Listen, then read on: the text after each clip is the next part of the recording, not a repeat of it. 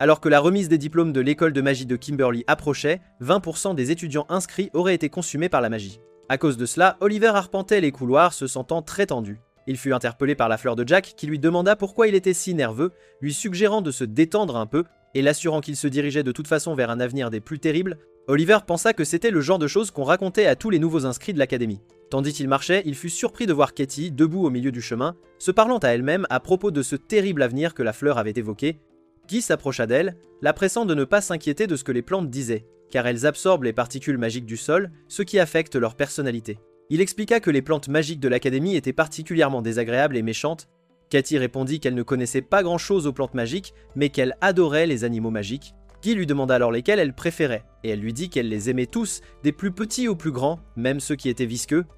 À ce moment-là, tandis qu'Oliver écoutait leur conversation, Sheila apparut et réprimanda Pete, lui ordonnant de faire attention où il marchait pour éviter de marcher sur la jambe de quelqu'un. Elle se demanda quelle accusation cette fille allait bien pouvoir porter contre lui. Soudain, une samouraï passa près du groupe et tout le monde la regarda avec surprise, admirant sa tenue étrange. Bientôt, l'académie présenta un défilé d'animaux magiques. Guy dit que c'était la première fois qu'il voyait un dragon de ce genre, si impressionnant. Oliver l'informa que ce qu'il voyait était un Fenrir, une créature recouverte d'écailles brillantes. Guy fit remarquer qu'Oliver semblait en savoir beaucoup. Oliver répondit qu'il ne le savait que parce qu'il avait lu dans les encyclopédies tout simplement.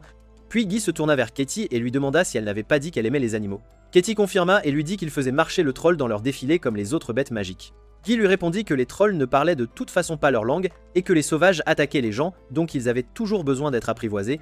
Katie répondit sur la défensive, affirmant que les humains étaient ceux qui envahissaient les terres des trolls, mais que les trolls étaient en réalité des créatures gentilles par nature. Guy rétorqua qu'il ruinait les champs de sa ville chaque année. Elle justifia que la terre était à l'origine la leur. À ce moment-là, Pete les interrompit, leur demandant d'arrêter de parler parce qu'il gênait sa lecture. Katie s'excusa, tandis que Pete poursuivit, mentionnant que le griffon qu'il observait avait des ailes différentes de ce que le livre décrivait, ce qui était étrange. Oliver suggéra alors qu'ils se présentent au moins les uns aux autres. Soudain, Katie fut frappée par un sort qui la fit courir aussi vite qu'elle le pouvait vers le troll, qui s'était agité pour une raison quelconque, de manière inattendue. Pendant ce temps, Oliver et Guy sprintèrent après elle, se demandant ce qui se passait. Katie cria qu'elle ne pouvait plus contrôler ses pieds et qu'elle ne savait pas ce qui n'allait pas. Soudain, le nœud magique fut libéré, faisant tomber Katie devant le troll alors qu'il s'apprêtait à lui sauter dessus.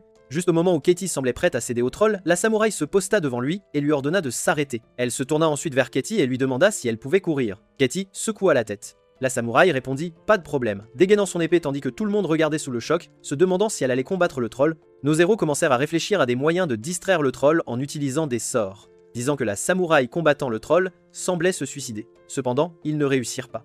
Oliver suggéra d'utiliser un vent puissant pour souffler sur le troll et ensuite le maîtriser. Ils procédèrent ainsi, canalisant la magie du vent. Oliver fit une petite modification, utilisant un faux rugissement de dragon pour distraire le troll. Cela fonctionna et la samouraï bondit, frappant soudainement la tête du troll avec son épée, avec force. Le troll tomba, à l'étonnement général. La samouraï se tourna ensuite vers eux, s'exclamant avec surprise que le crâne du troll était très dur, lui donnant l'impression qu'un éclair avait frappé sa main. Elle dit ensuite à Katie de lui accorder un instant, et une fois que l'engourdissement de sa main serait passé, elle l'apporterait. Après cela, la samouraï remercia nos héros pour leur aide à vaincre le troll, déclarant que le rugissement du dragon avait été si fort qu'il lui avait offert l'occasion parfaite d'attaquer. Tout le monde entra ensuite dans la cérémonie de l'académie. Oliver se tint à côté de la samouraï et lui demanda, surpris, si elle n'avait pas eu de plan pour l'attaque du troll. La samouraï secoua la tête, confirmant que son katana n'avait pas de lame du tout. Oliver lui dit que c'était imprudent de sa part, car si le sort de vent avait échoué, elle serait sûrement morte, sans aucun doute. La samouraï reconnut son point, mais considérant que c'était son premier jour à l'académie et que quelqu'un l'avait sauvée, elle appela cela un bon présage. Oliver s'éloigna un peu, se rappelant comment les cheveux de la samouraï avaient changé pour une couleur sauvage et éclatante lorsqu'elle avait sauté pour attaquer le troll, se transformant en quelque chose ressemblant à des cristaux à travers lesquels des particules magiques s'écoulaient. Il devina qu'elle avait un grand potentiel en tant que sorcière. Soudain, il fut annoncé que la directrice montait sur l'estrade. Elle se présenta comme Esmeralda et s'excusa auprès des étudiants pour l'incident survenu pendant le défilé, déclarant qu'elle avait bien maîtrisé le troll en furie et que les blessés avaient également été soignés. La samouraï commenta que le simple fait de regarder Esmeralda la faisait transpirer, suggérant qu'elle devait être incroyablement puissante. Esmeralda continua, disant qu'ils étaient à l'Académie de magie de Kimberly, une destination pour les étudiants désireux d'apprendre la magie, où ils passeraient 7 années entières. Cependant, elle déclara que l'Académie privilégiait 2 choses, la liberté et les conséquences qui en découlaient. Elle souligna que seulement 80% des étudiants obtenaient leur diplôme de Kimberly avec succès, tandis que les 20% restants en étaient incapables lorsque leur magie devenait incontrôlable, car la vie et la mort des étudiants étaient uniquement entre leurs mains. Une fois qu'Esmeralda eut fini de parler, elle permit aux étudiants de poser des questions. La samouraï suggéra alors qu'Esmeralda pourrait soulager son mal de tête en bougeant sa tête en un mouvement circulaire. Esmeralda demanda si c'était une question, ce à quoi la samouraï sourit innocemment et dit que c'était un conseil, tout simplement.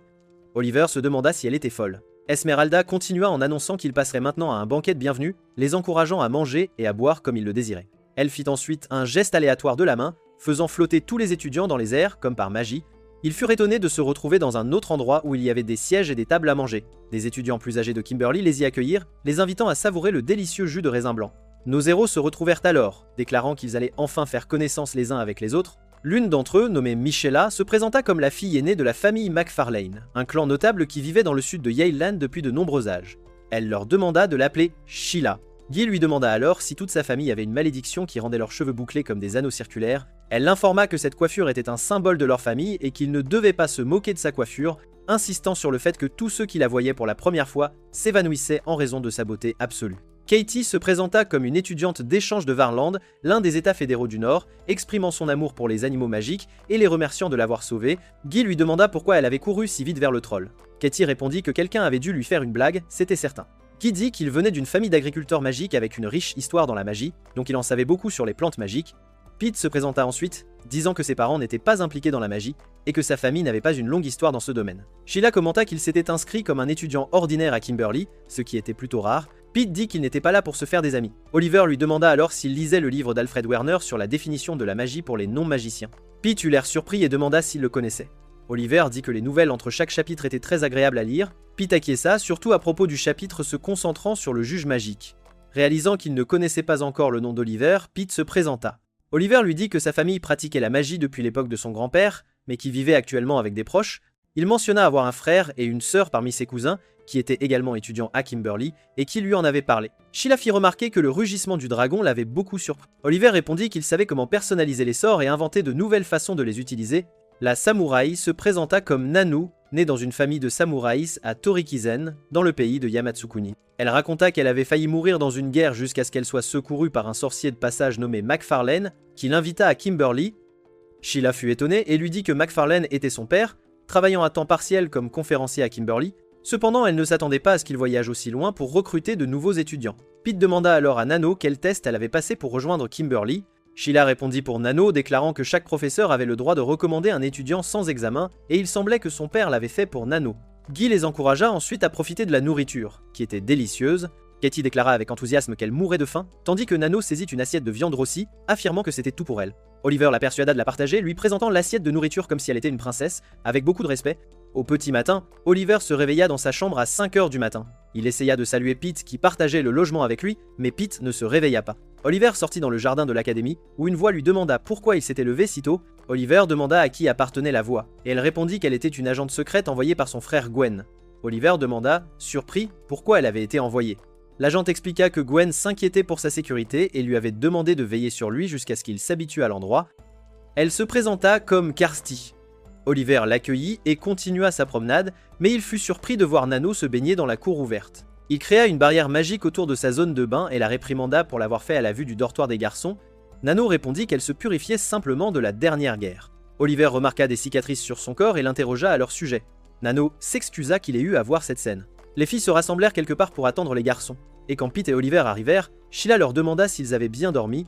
Les garçons répondirent affirmativement et bientôt Guy entra, s'excusant d'avoir failli trop dormir, expliquant que personne ne lui avait dit que les horloges avaient des esprits. Katie intervint, disant qu'elle n'avait vu aucun esprit d'horloge dans sa chambre, ce qui était étrange. Nana mentionna qu'elle s'était réveillée tôt, expliquant qu'elle avait l'habitude de se lever à 6 h.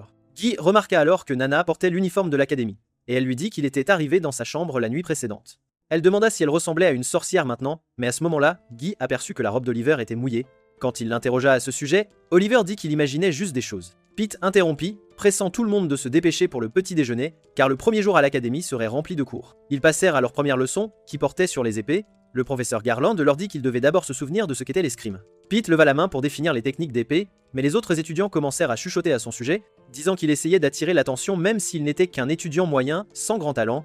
Tandis que Pete levait son épée, affirmant que l'escrime impliquait des techniques appliquées à l'aide de lames, il raconta comment les lames avaient été utilisées aux côtés des bâtons magiques pendant plus de 400 ans, remontant à l'époque où un célèbre sorcier nommé Wilf Padrewell perdit un duel contre un non-utilisateur de magie. Pete mentionna ensuite que les sorciers maniaient les lames comme des outils de base pour gérer les attaques à courte portée. Ils ne pouvaient pas seulement se battre avec une lame, mais pouvaient aussi utiliser la magie sans incantation pour surprendre ou confondre leurs ennemis, ce qui était très utile. Garland expliqua que dans cette vie, les sorciers se battraient avec leur magie et leurs lames uniquement. Il regarda les étudiants, déclarant que le premier jour à l'académie commençait généralement par un duel entre deux étudiants habiles en escrime. Nana leva la main pour participer, incitant Garland à deviner. Alors, c'est ça la nana dont tout le monde parle? Richard se porta également volontaire pour la défier en duel, affirmant qu'il avait entendu dire qu'elle avait vaincu un troll avec juste une épée, et que ce serait une occasion parfaite de voir comment les combattants d'Asia se battaient. Katie fit remarquer que Richard semblait avoir de mauvaises intentions. Oliver pensa en lui-même que Richard voulait se montrer plus fort que Nana, prévoyant d'exploiter son manque d'expérience en escrime. Soudain, Oliver leva la main, déterminé à défier Nana en duel. Richard s'agita et lui dit de reculer. Oliver expliqua qu'il avait combattu le troll aux côtés de Nana et qu'ils se connaissaient, donc Richard devrait se retirer. Richard insista qu'il aurait dû informer ses professeurs et les étudiants plus âgés de sa rencontre avec le troll.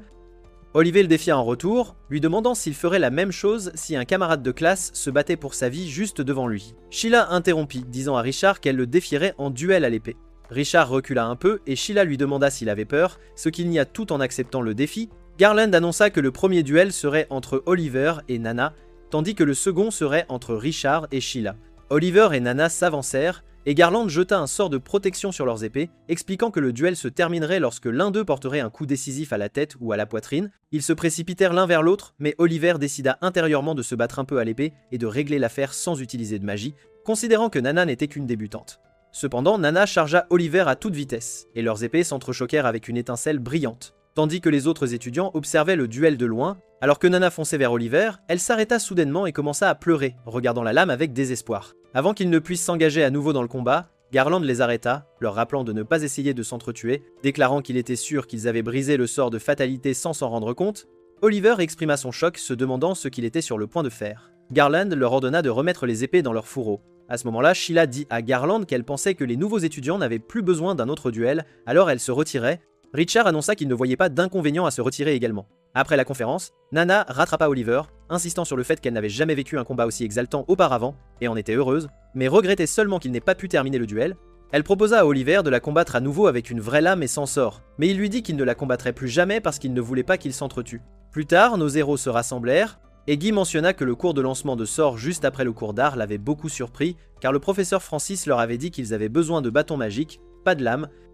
Pete commenta que le professeur avait un énorme public, tandis que Katie ajouta que personne ne savait ce qui se passerait dans les cours de l'après-midi, et elle attendait avec impatience le cours de sciences magiques. Lors de la leçon de sciences magiques, la professeure Vanessa les informa qu'ils travailleraient avec des animaux magiques comme ressources et leur enseignerait les meilleures façons de les utiliser.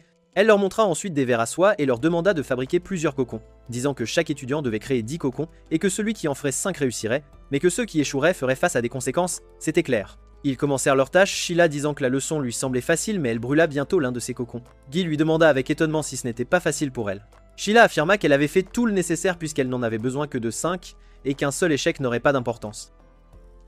Sheila suggéra à Oliver d'aider Katie et Pete pendant qu'elle assistait Nana, l'assurant qu'elle savait qu'il y avait un problème entre lui et Nana. Oliver la remercia, tandis que Guy l'appela pour qu'elle l'aide aussi, avec ses propres cocons.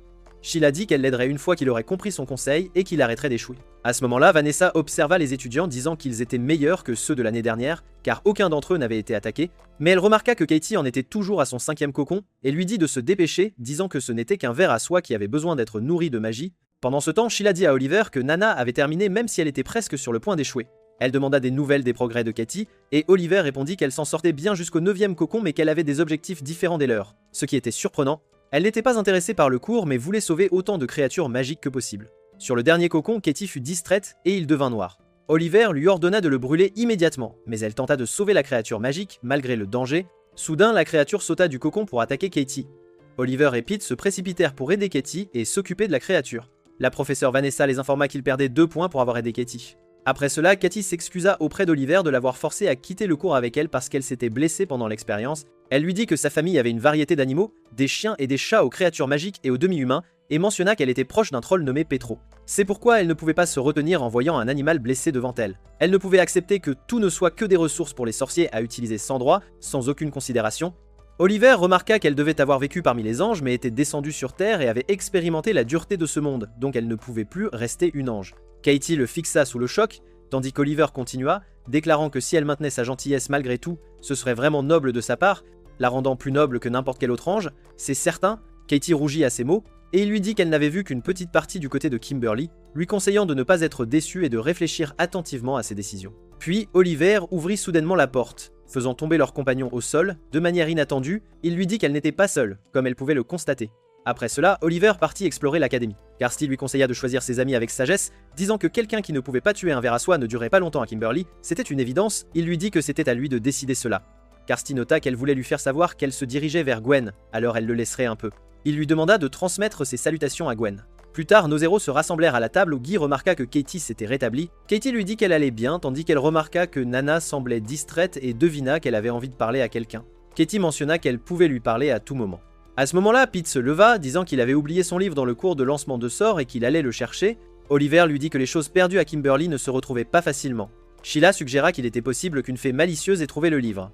Puis Oliver et Sheila emmenèrent Pete avec eux pour chercher le livre. Guy fit remarquer que le bâtiment de l'Académie Kimberly était censé être situé au-dessus d'une grotte géante qui submergeait le bâtiment la nuit. Peu après, Pete trouva son livre et Oliver lui dit qu'il devrait quitter l'Académie maintenant car il n'était pas sage d'y rester longtemps après la tombée de la nuit. Cependant, lorsqu'ils essayèrent de sortir du bâtiment, ils furent surpris de trouver le chemin bloqué et la grotte avait en effet submergé le bâtiment, les piégeant à l'intérieur. Oliver a calmement affirmé qu'il n'était pas rare que les nouveaux élèves se perdent à Kimberly. Peu après, ils furent surpris par une étudiante de 4e année, Ophélia, et Oliver se présenta. Il l'a surpris en disant qu'il avait lu sa thèse sur l'étude de l'évolution rapide issue du croisement de Kraken et Silas. Ophélia lui dit qu'il semblait bien connaître ses recherches et lui demanda de s'approcher un peu, mais Oliver partit soudainement avec ses compagnons, lui disant qu'il ne s'approcherait pas.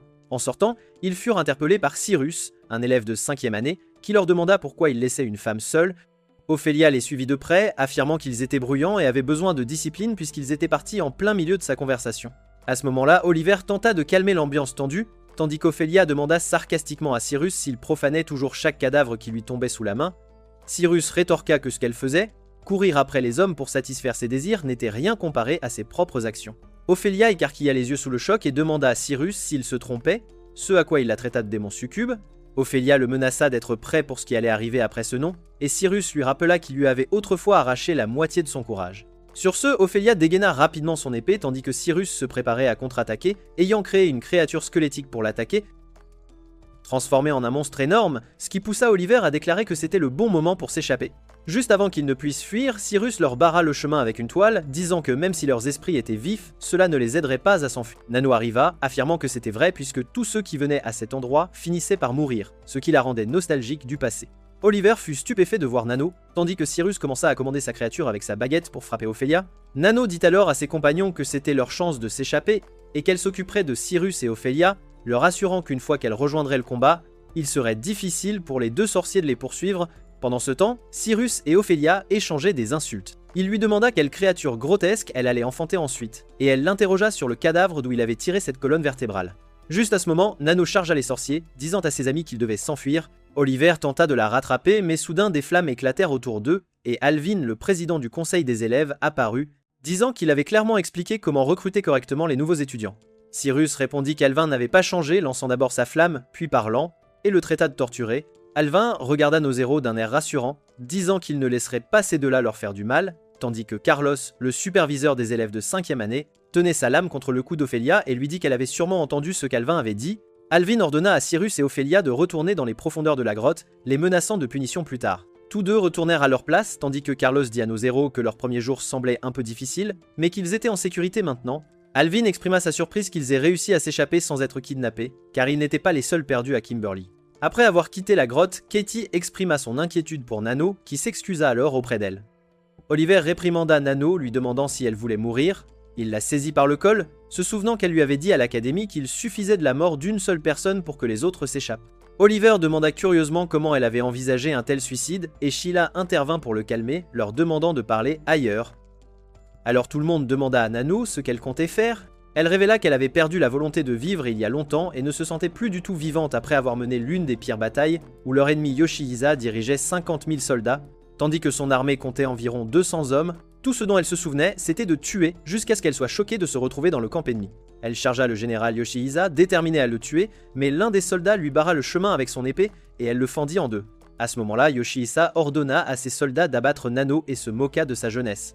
lui demandant si elle préférait des sucreries plutôt que de le tuer. Nano répondit qu'elle préférerait que son fils Yasutuna la combatte, car il était le guerrier le plus fort de son clan, exigeant qu'il lui fasse affronter son fils. Yoshiza l'informa qu'elle venait de tuer son fils sans le savoir, et Nano regarda le soldat qu'elle avait tué et réalisa qu'il était le fils de Yoshihisa. Yoshihisa lui dit alors qu'il ne prendrait même pas la peine de lui demander son nom puisqu'elle mourrait oubliée sans un, et ordonna à ses soldats de la tuer. Les soldats avancèrent vers Nano avec leurs lances seulement pour découvrir que leurs armes ne bougeaient pas. Alors le sorcier occidental apparut, leur enseignant comment il pouvait tuer un soldat sans même connaître son nom. Le sorcier déclara qu'il était attiré par les enfants à fort potentiel en tant que professeur, ce serait donc une perte de la laisser mourir. Il s'approcha de Nano et lui demanda si elle voulait venir dans son pays pour devenir sorcière. Nano revint à la réalité, disant qu'elle avait voulu réaliser son souhait dans cette académie, qui était d'avoir un combat équitable contre un adversaire sans animosité. Quand elle a combattu Oliver, elle a ressenti cette joie qu'elle cherchait, mais ensuite elle a pleuré, réalisant qu'Oliver n'avait aucune raison de la combattre à mort, ce qui la blessa profondément au point qu'elle cessa de se soucier de tout ce qui l'entourait et préféra mourir. À ce moment-là, Sheila dit à Nano et Oliver qu'elle ne leur permettrait pas de s'entretuer. Elle demanda à Nano si un duel régulier ne lui conviendrait pas, ce à quoi Nano répondit que le style de combat qu'elle avait appris était basé sur le meurtre. Sheila comprit et lui dit qu'il était temps de vivre sa vie différemment, l'exhortant à cesser de chercher un endroit pour mourir, affirmant que l'important était qu'elle soit en vie. Sheila lui expliqua que qu'elle tombe amoureuse du combattant ou de sa lame, elle devait regarder la personne, pas l'arme, et Oliver était cette personne. Katie intervint, jurant à Nano qu'elle ne la laisserait pas mourir car elle était devenue son amie. Oliver demanda alors à Nano de promettre de ne pas essayer de se suicider quoi qu'il arrive, et elle lui jura, lui demandant de lui apprendre à vivre à Kimberley car elle n'avait rien compris aux leçons. Oliver la rassura que ce n'était pas trop tard pour cela, et Sheila ajouta qu'au moins elle ne serait pas aussi mauvaise que Guy. Le lendemain matin, Nano retrouva ses amis et s'excusa de les avoir inquiétés la veille. Beat lui dit qu'il ne s'était pas du tout inquiété, alors Nano dit qu'il devrait aller en cours. Alors que Nano marchait juste derrière Oliver, elle lui dit que Sheila avait dit qu'elle devait regarder la personne, pas l'épée. Oliver répondit que Sheila ne voulait pas lui dire de lui coller son visage. Juste à ce moment, Katie intervint, disant à Nano qu'elle ne devrait pas être si collante avec Oliver. Ils se rendirent en classe, où un élève nommé Garland demanda s'il pouvait utiliser le champ d'épée. Garland anticipa cette question et expliqua qu'il existait un type spécifique d'art de l'épée appelé champ d'épée, une technique utilisée par les sorciers en un seul pas et un seul sort pour tuer les adversaires sans échec ni résistance. Il mentionna qu'il existait 6 champs d'épée connus, bien que d'autres soient encore en développement. Finalement, Garland déclara que ces champs étaient très secrets et qu'il ne pouvait pas dire s'ils pouvaient les utiliser ou non, leur ordonnant de retourner à leur entraînement et de ne pas perturber la classe. Nano dit que la technique l'intriguait et demanda à Oliver ce qu'il en savait. Il admit qu'il n'en savait pas plus que ce qu'il avait entendu. À ce moment-là, Richard les accusa de se relâcher dans leur entraînement, ce à quoi Oliver répondit qu'ils devaient tous s'entraîner car ils étaient au même niveau. Richard demanda à Oliver s'il l'accusait aussi d'être paresseux. Sheila intervint, disant à Richard qu'il se ridiculisait avec un tel comportement. Richard maintint qu'il parlait à Oliver et le défia en duel. Oliver accepta, et Nano l'exhorta à se battre de toutes ses forces et à ne pas perdre exprès contre Richard. Pendant ce temps, Sheila admit en privé à Oliver qu'elle avait grandi avec Richard et était toujours comparée à lui, ce qui lui donnait l'impression d'être la raison pour laquelle il voulait tant se montrer. Soudain, Beat interrompit, disant que Katie avait disparu après avoir entendu parler du troll hors de contrôle tué lors de la parade. Quelque part, Katie suppliait Darius de ne pas tuer le troll. Darius lui demanda son nom, et quand il apprit son nom de famille, il dit qu'il la plaignait d'être née dans une famille aussi insensée. Katie rétorqua qu'elle ignorait son insulte envers ses parents et lui demanda une chance de convaincre le troll de n'attaquer personne, mais Darius la foudroya avec sa baguette, lui disant qu'elle avait d'abord besoin d'un peu d'entraînement. Juste à ce moment, les amis de Katie arrivèrent pour tenter d'empêcher Darius de lui faire du mal. L'étudiante de 4e année Milligan arriva également, le suppliant d'arrêter. Le professeur Garland intervint alors, déclarant que l'enseignement aux étudiants par des méthodes douloureuses était interdit à l'académie depuis 5 ans et qu'il devait encore mener une enquête approfondie sur ce qui s'était passé pendant la parade. Par conséquent, le troll resterait en vie pour l'instant, car le directeur avait accepté cela. Darius grommela et demanda à Garland s'il avait rejoint les défenseurs des droits civiques. Garland répondit qu'il tenait toujours à ses principes et que les défenseurs des droits civiques n'étaient plus le petit groupe impuissant qu'ils étaient autrefois. Darius lui dit de faire comme il voulait, mais le prévint que le troll marcherait d'abord sur Katie. Katie lutta pour se relever du sol, mais ressentit de la douleur. Milligan s'approcha d'elle, exprimant son inquiétude pour le troll en tant que demi-humaine elle-même, et lui demanda de lui parler à tout moment. Katie continua son chemin avec ses amis quand ils furent soudainement surpris par un message de Richard, confirmant un défi pour Nano et Oliver de se battre en duel ensemble. De l'autre côté, Katie rencontra Milligan, disant qu'elle devait essayer de créer un lien avec le troll.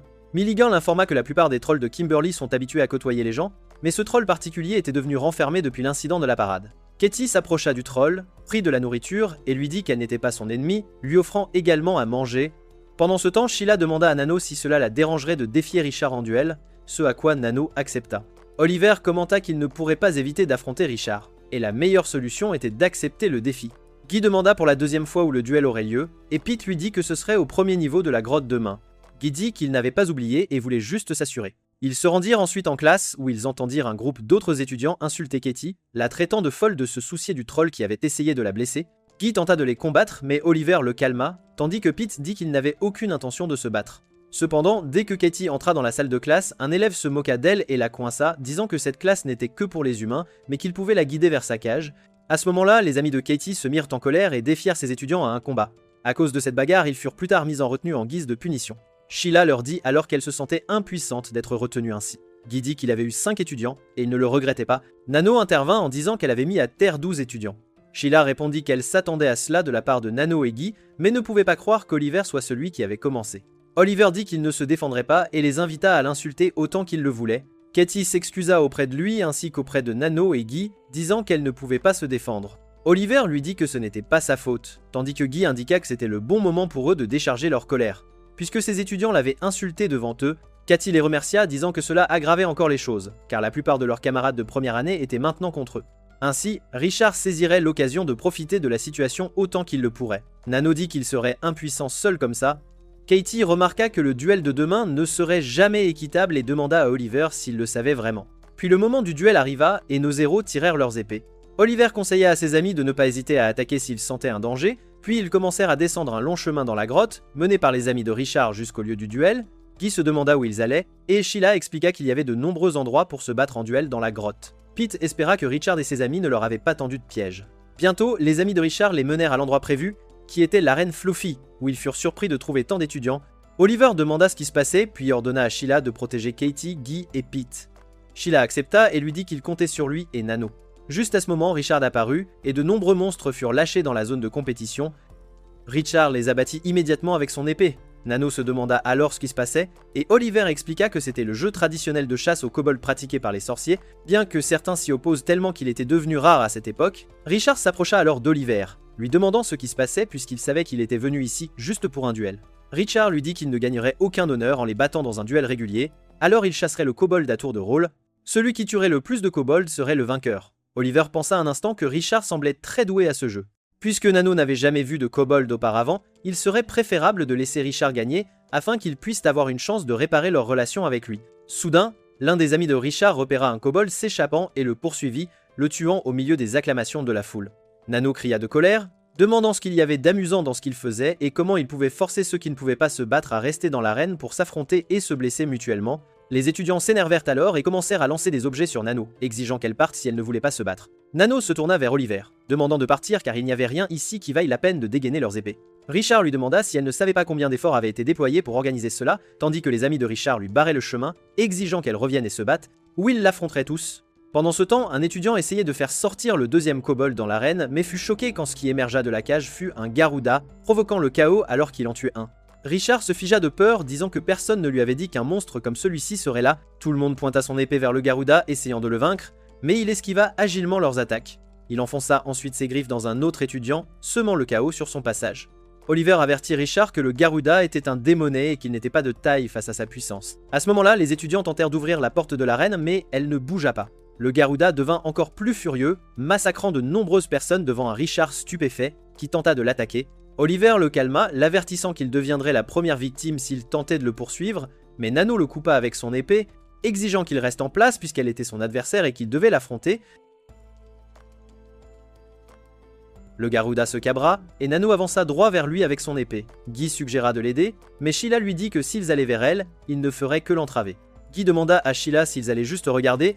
Sheila leur rappela qu'elle avait promis à Oliver de les protéger, tandis que Nano continuait d'attaquer le Garuda. Puis le Garuda s'envola et plongea rapidement, projetant Nano et son épée au loin. Oliver chargea le Garuda avec son épée, tentant de le taillader, mais le Garuda blessa Oliver avec sa griffe. Nano s'approcha alors du Garuda et dévia sa griffe avec son épée pendant qu'Oliver se cachait un peu pour soigner sa blessure. Richard demanda à Oliver comment il continuait à se battre alors que lui et Nano avaient peur. Oliver répondit qu'il ne pensait pas que Nano ait peur du tout car c'était une vraie combattante. Il devait donc l'aider, ou cette combattante mourait avant qu'il ne lui apprenne à agir comme une personne normale. Oliver retourna au combat où Nano affrontait toujours le Garuda et lui dit qu'il allait créer une ouverture pour elle, lui demandant de l'exploiter et de tuer le Garuda. Puis tous deux se dirigèrent rapidement vers le Garuda et Oliver le frappa. Juste au moment où Nano était sur le point de le frapper, ils furent surpris de voir le Garuda se rétablir. Oliver s'interposa devant lui à ce moment-là pour le distraire et Richard les rejoignit dans le combat. Puis Nano sauta rapidement sur le corps du Garuda et lui coupa la tête, surprenant tout le monde. Oliver remercia Richard pour son aide et Nano, comprenant, nota que les vents lui étaient alors dus. Elle le remercia de les avoir sauvés et il leur dit qu'il était un descendant de la famille Andrews et que personne n'égalait son expertise en technique de vent. Oliver le rassura que tout allait bien maintenant et Richard lui dit qu'il était prêt à risquer sa vie en tant que sorcier mais craignait de perdre et d'embarrasser tout le clan Andrews. Il leur demanda avec surprise comment ils avaient réussi à combattre un ennemi aussi puissant. Nano répondit qu'un samouraï ne choisit pas l'ennemi qu'il combat. Une fois la bataille commencée, il doit juste croire qu'il gagnera. Puis Oliver tendit la main à Richard et lui dit qu'il suffisait qu'il soit resté ferme au combat alors que la plupart des étudiants fuyaient. Il l'assura qu'il n'oublierait jamais cette bravoure. À ce moment-là, Sheila et le reste de leurs amis vinrent prendre des nouvelles de Nano et Oliver. Sheila remarqua alors que Nano était blessée et Richard dit qu'elle pouvait utiliser la magie de guérison pour soigner Nano. Sheila le remercia, cela faisait un moment qu'elle n'avait pas vu à quel point il était formidable. Les événements se déroulèrent, et Oliver alla parler à Kirsty, lui disant qu'il se sentait embarrassé par ce qui s'était passé dans l'auditorium de Flavie. Kirsty le rassura de ne pas s'inquiéter, lui assurant que personne ne s'attendait à ce que le Garuda entre dans l'arène de duel. Oliver répondit que c'était Kimberly, et que personne ne pouvait échapper au danger qu'elle représentait. Kirsty dit que c'était exactement pourquoi elle voulait le protéger, car sa protection était le seul moyen de s'assurer qu'il puisse agir comme il le voulait au bon moment. Il fut d'accord avec elle. Ailleurs, Cathy portait une assiette de nourriture et mangeait, faisant remarquer au troll que c'était vraiment savoureux, et lui en offrant. Milligan commenta que Katie semblait trop excitée d'être venue voir le troll avant même le début des cours principaux, mais elle ne pouvait s'empêcher de penser que le troll pourrait ne pas. Avant que Milligan ne puisse finir ses mots, elle fut surprise de voir que Katie avait réussi à convaincre le troll de manger son petit déjeuner, lui disant qu'elle était incroyable. Puis la professeure Vanessa commença sa leçon, disant qu'il devait maintenant être capable de distinguer les entrailles du garim et du warg. Elle les renvoya ensuite pour le déjeuner. À ce moment-là, Pete grommela, car il devait déjeuner après le cours de Vanessa. Guy répondit que même s'il devait parfois abattre du bétail chez lui, il ne pouvait pas supporter la leçon d'aujourd'hui. À ce moment-là, nos héros croisèrent les mêmes étudiants qu'ils avaient précédemment combattus, qui les ignorèrent. Ils discutèrent entre eux, Guy notant qu'au moins il n'insultait plus Katie devant elle. Oliver a réfléchi à l'incident d'hier, affirmant que le Garuda avait ciblé ceux qui ne reconnaissaient pas les droits des demi-humains. Sheila a supposé que cela pourrait être lié à l'attaque du troll sur Katie, ou peut-être s'agissait-il d'une vengeance du groupe de défense des droits des demi-humains. Katie a affirmé qu'elle n'était au courant de rien de tout cela. Oliver a confirmé qu'il ne l'accusait de rien, mais il pensait que Spark était la mèche qui avait allumé la guerre. Pete a répondu qu'il se sentirait mieux s'il pouvait trouver le coupable derrière l'incident du Garuda, souhaitant que les professeurs résolvent l'affaire, mais Oliver l'a choqué en disant que l'incident s'était produit dans la grotte, et que les professeurs considéreraient cela comme une simple bagarre qui aurait dégénéré. Sheila a fait remarquer que ce serait différent si beaucoup de personnes étaient mortes. Guy a commenté qu'il avait vraiment rejoint une académie véritablement effrayante. Sheila a suggéré que Nano avait peut-être tiré quelque chose d'utile de cet incident. Pendant ce temps, les étudiants entouraient Nano, lui demandant comment elle avait combattu ce Garuda, tandis que quelqu'un lui proposait de déjeuner avec elle. Guy a fait remarquer qu'elle avait acquis pas mal de popularité auprès des étudiants.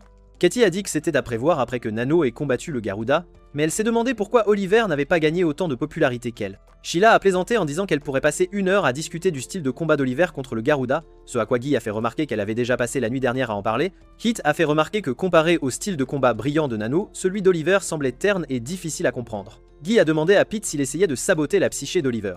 Pete s'est excusé. À ce moment-là, Sheila a affirmé que personne ne pouvait apprécier le style de combat d'Oliver, à l'exception des experts. Elle a ensuite décidé d'embrasser Oliver en signe d'appréciation. Cependant, Nano est soudainement arrivé, et quand ils lui ont dit ce que Sheila avait l'intention de faire, elle s'est rapidement penchée pour embrasser Oliver aussi, puis lui a demandé un baiser, car elle méritait également une récompense pour avoir vaincu le Garuda. Oliver a reculé tandis que Sheila déclarait que la demande de Nano était tout à fait raisonnable. Cathy s'est timidement demandé ce qui se passait maintenant, pendant que Nano pressait Oliver de se dépêcher de l'embrasser. Juste avant qu'Oliver ne l'embrasse, sa cousine Shannon l'a interrompu, lui demandant s'il s'était vraiment fait des amis. Elle l'a ensuite serré fort dans ses bras avant de partir, lui disant de chérir ses amis. Sheila lui a demandé qui elle était, et il a expliqué que c'était sa cousine, et qu'il logeait chez sa famille. Plus tard, ils sont passés au cours de chimie, où le professeur Darius les a informés que les matériaux qu'ils utilisaient pouvaient soudainement subir des changements drastiques. Il leur a demandé de bien s'en souvenir. Nos héros ont continué leurs expériences, et Guy a mentionné que c'était leur 5e cours avec Darius. Bien qu'il ait deviné qu'il ferait face à des réactions négatives de la part de Cathy après l'avoir rencontré, cela ne s'est pas produit. Sheila a commenté que peut-être Darius s'engageait à devenir un bon professeur. Pendant ce temps, Guy a terminé de préparer sa recette magique, et Oliver lui a dit qu'il vérifierait les étapes car la recette contenait des matériaux dangereux. Sheila a dit qu'elle s'occuperait de Nano comme d'habitude. tandis que Pete a demandé à Oliver de ne pas interférer avec sa recette puisqu'il avait travaillé dur dessus. Oliver a ensuite commencé à aider ses camarades de classe jusqu'à ce que Pete ajoute par erreur quelque chose à la recette qui a failli la faire prendre feu. Oliver a utilisé un sort pour retourner la marmite et s'est allongé dessus, essayant de la contrôler avant qu'elle n'explose. À ce moment-là, Darius a remarqué ce qui s'était passé et a félicité Oliver, lui demandant son nom et son titre. Il lui a dit que sa gestion de la situation montrait à quel point il avait étudié tout ce qu'il avait appris, promettant qu'il se souviendrait de son nom et de son visage. Pourtant, avant de partir, Darius a averti Oliver de choisir ses amis plus attentivement. Après cela, Sheila a dit à Oliver que Darius reconnaissait son talent, tandis que Pete s'est excusé auprès d'Oliver, disant qu'il l'avait sauvé.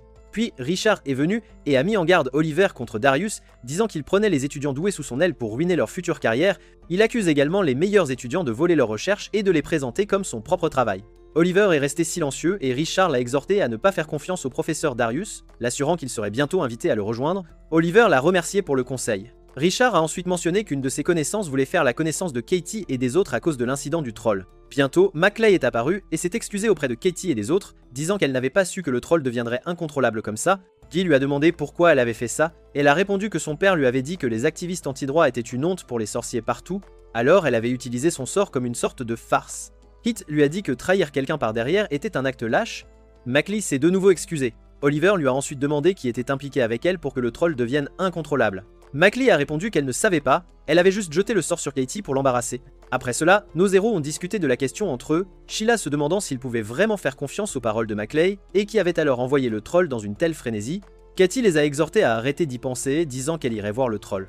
Elle a ensuite rencontré le troll, commençant à lui demander ce qui s'était passé le jour de la cérémonie, l'assurant qu'elle savait qu'il ne ferait de mal à personne sans raison. Pendant ce temps, Oliver enseignait un sort à Nanao, lui demandant d'abord d'imaginer ce qu'elle voulait faire dans son esprit. De retour avec Katie, elle souhaitait pouvoir parler davantage au troll. À sa grande surprise, il a parlé, lui demandant de ne plus revenir le voir car l'ennemi était quelqu'un d'incroyablement dangereux.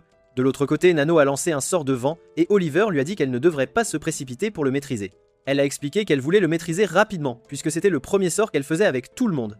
Et elle voulait le lancer à nouveau avec eux, bien qu'elle pensait que le troll ne s'échapperait pas cette fois. Oliver lui a demandé ce qu'elle entendait par s'échapper et elle lui a dit qu'elle avait remarqué que le troll avait couru vers la porte de l'académie pendant un instant. Oliver a fait remarquer pensivement qu'il y avait une énorme différence entre le troll qui tentait de s'échapper et celui qui devenait incontrôlable. Oliver et Nano ont alors sprinté immédiatement vers le dortoir du troll, où Oliver a trouvé la lame de Katie gisant sur le sol. Le troll l'a ensuite informé que l'ennemi avait emmené Katie. Oliver lui a demandé où l'ennemi avait emmené Katie, et le troll a répondu qu'il l'avait peu être emmené dans un endroit sombre et profond. Oliver a réalisé que Katie avait été emmenée dans la grotte et a dit à Nano qu'ils iraient la chercher sans perdre de temps. À ce moment-là, Nano était étonné de la capacité des trolls à parler et à comprendre le langage humain. Oliver lui a expliqué qu'il y avait des activistes qui avaient développé un langage pour les demi-humains et qu'ils avaient également amélioré leur intelligence, croyant que cela accorderait aux demi-humains les mêmes droits que les humains. Cependant, ce projet a fait face à des critiques et a été arrêté. Pourtant, peut être que quelqu'un expérimentait encore avec ce troll. Oliver a clarifié qu'il était maintenant certain que le troll tentait de s'échapper de la procession parce que quelqu'un manipulait son esprit, une personne qui comprenait parfaitement la biologie des trolls. Ensuite, Oliver et Nano se sont arrêtés quelque part dans la grotte, où Oliver a dit qu'il était dangereux de s'enfoncer plus profondément, mais s'il pouvait contacter Alphen. Avant qu'Oliver ne puisse finir sa phrase, ils ont été choqués par ce qui ressemblait à une explosion. Milligan est apparu et a dit à Oliver que contacter Alphen lui apporterait des problèmes, et qu'elle n'était pas d'humeur à cela.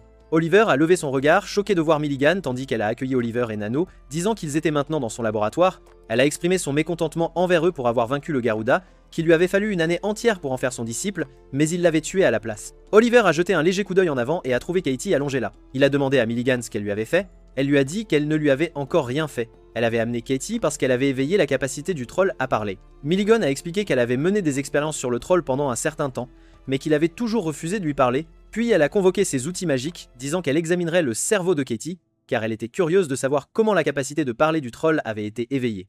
Elle a demandé à Oliver de lui laisser Katie, affirmant qu'elle avait beaucoup d'expérience et la lui rendrait après avoir jeté un coup d'œil à son cerveau. À ce moment-là, Nano a chargé Milligan avec son épée, déclarant qu'il était inutile de parler. Cependant, Milligan a jeté un sort de pétrification sur Nano, l'arrêtant sur place. Oliver a rapidement dissipé le sort. À ce moment-là, Milligan a dit qu'elle avait reçu le basilic en cadeau de son père pour sa protection, et que ce basilic avait tué 5 de ses frères et sœurs avant de s'installer en elle. Elle s'est ensuite présentée à nouveau, disant qu'elle était une activiste des droits, spécialisée dans la biologie des demi-humains, surnommée Milligan Eyil du serpent à cause de ce basilic. Alors que les yeux de Milligan brillaient, prêts à attaquer, Oliver a ordonné à Nano de ne pas regarder dans les yeux de Milligan. Tous deux se sont précipités sur Milligan avec leurs épées, mais Milligan a réussi à repousser l'assaut. À ce moment-là, Oliver s'est caché pour se protéger de la contre-attaque de Milligan, tandis que Nano a chargé férocement Milligan, non découragé par l'affrontement. Chacun a montré ses compétences à l'épée, Milligan exprimant son admiration pour la vitesse et la maîtrise de l'épée de Nano, suggérant que les rumeurs à son sujet étaient peu, être vraies.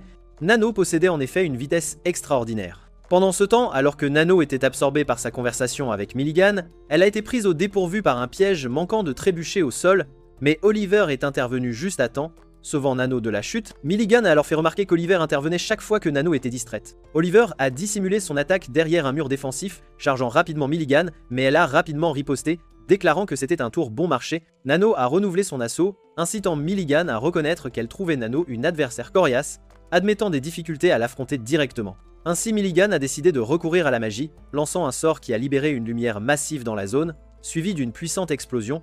Oliver a riposté avec son propre sort, amenant Milligan à se demander pourquoi il n'avait pas lancé un sort direct devant elle. À ce moment-là, Nano s'était lancé vers Milligan pour attaquer, mais Milligan a soudainement affaibli le sol sous elle, créant un trou profond qui a englouti Nano. Juste au moment où Milligan était sur le point d'incinérer Nano, elle a été étonnée de constater que Nano avait senti la source du sort et en avait dévié la trajectoire avec son katana. Milligan était stupéfaite, puis a tiré son épée, déterminée à tester davantage la force de Nano. Elle a dirigé sa flamme vers Nano, mais Oliver a rejoint Nano, et ensemble ils ont bloqué l'explosion de Milligan. Milligan a exprimé sa surprise, déclarant qu'elle pensait qu'ils n'étaient que de simples personnages secondaires dans l'histoire de Caddy. À ce moment-là, Oliver a demandé à Nano si elle pouvait exécuter leur plan, et Milligan était curieuse de savoir comment il l'amuserait. Sans hésitation, Nano a chargé Milligan, tandis qu'Oliver a résolu en interne de distraire Milligan en lançant sort après sort, s'assurant qu'elle ne verrait pas l'attaque de Nano. Cependant, Oliver a rapidement réalisé que Milligan avait un œil caché dans sa main gauche, ce qui a fait ralentir l'approche de Nano. Malheureusement pour Milligan, Nano était plus intelligente et a astucieusement déjoué son œil magique, faisant soudainement tomber la main de Milligan au sol. Nanao a déclaré à Oliver qu'ils avaient gagné. Oliver l'a ensuite interrogé sur ce qu'elle venait de faire, mais Nanao semblait inconsciente de ses actions, tandis qu'Oliver pensait en lui-même qu'elle venait d'utiliser un champ d'épée. C'était différent de n'importe lequel des 6 champs d'épée connus, c'était un champ inconnu dans ce monde. Après cela, tous deux se sont assis à côté de Milligan, où Oliver a commencé à la soigner. Nano a déclaré que Milligan n'avait sûrement pas eu l'intention de les tuer. Oliver l'a assuré que Milligan irait bien maintenant, suggérant de ramener Caddy au dortoir de l'académie. Nanao a ajouté qu'elle recevrait maintenant un baiser de victoire, mais ils ont été surpris par l'arrivée d'Alvin et Carlos, qui ont demandé s'ils allaient bien. Carlos a mentionné qu'ils avaient reçu des informations d'une source anonyme concernant leur emplacement, tandis qu'Alvin a exprimé son étonnement face à leur capacité à vaincre Milligan. Ils sont ensuite retournés au dortoir de l'académie, où Caddy a repris conscience. Oliver a raconté tout ce qui s'était passé avec Milligan, ce qui a amené Sheila à commenter que Caddy avait réussi à communiquer avec une Milligan surprenante. Caddy s'est enquise du sort du troll, ce à quoi Oliver a spéculé qu'il considérerait son œil comme unique, car c'était le seul troll qui avait réussi l'expérience d'intelligence. Caddy a joyeusement répondu que c'était bien, puis s'est approché d'Oliver et Nano, les remerciant d'un baiser. Elle a résolu de donner une forte gifle à Milligan, puis de décider comment aborder leur relation, affirmant qu'elle changerait l'académie pour le mieux pendant son séjour là, pas jusqu'à l'obtention de son diplôme. Oliver a crié, réalisant qu'il avait réussi à protéger quelque chose. Alors que nos héros marchaient dans le couloir de l'académie, Darius leur a bloqué le chemin, demandant à parler à Oliver de quelque chose. Ils se sont séparés, et Darius a révélé qu'ils étaient sur le point de récupérer la recherche d'un étudiant, une tâche habituellement laissée à d'autres, expliquant que c'était pour un étudiant exceptionnellement talentueux qui s'était approché très près d'un sort et était décédé. Oliver a compris que la magie avait consumé cet étudiant. Darius a affirmé que ceux qui sont consumés par la magie laissent toujours derrière eux de nouvelles découvertes. Soudain, un monstre est apparu devant Darius et Oliver, et Darius l'a rapidement coupé en deux avec son épée. Oliver s'est émerveillé, disant à Darius que ces monstres étaient plus forts que le Garuda, pourtant Darius les avait vaincus sans même leur laisser une chance. Il a conduit Oliver à un endroit avec un grand cercle magique et lui a demandé si Oliver était au courant de ce qui était arrivé à ce troll. Lorsqu'on lui a demandé pourquoi il le pensait, Oliver a expliqué que la raison logique de vouloir se débarrasser de ce troll était de cacher des preuves. Il a en outre clarifié qu'il avait également la preuve que Darius fournissait des demi-races à Milligan. Darius voulait savoir comment Oliver avait découvert cela. Oliver s'est enquis des intentions de Darius en aidant Milligan dans ses recherches.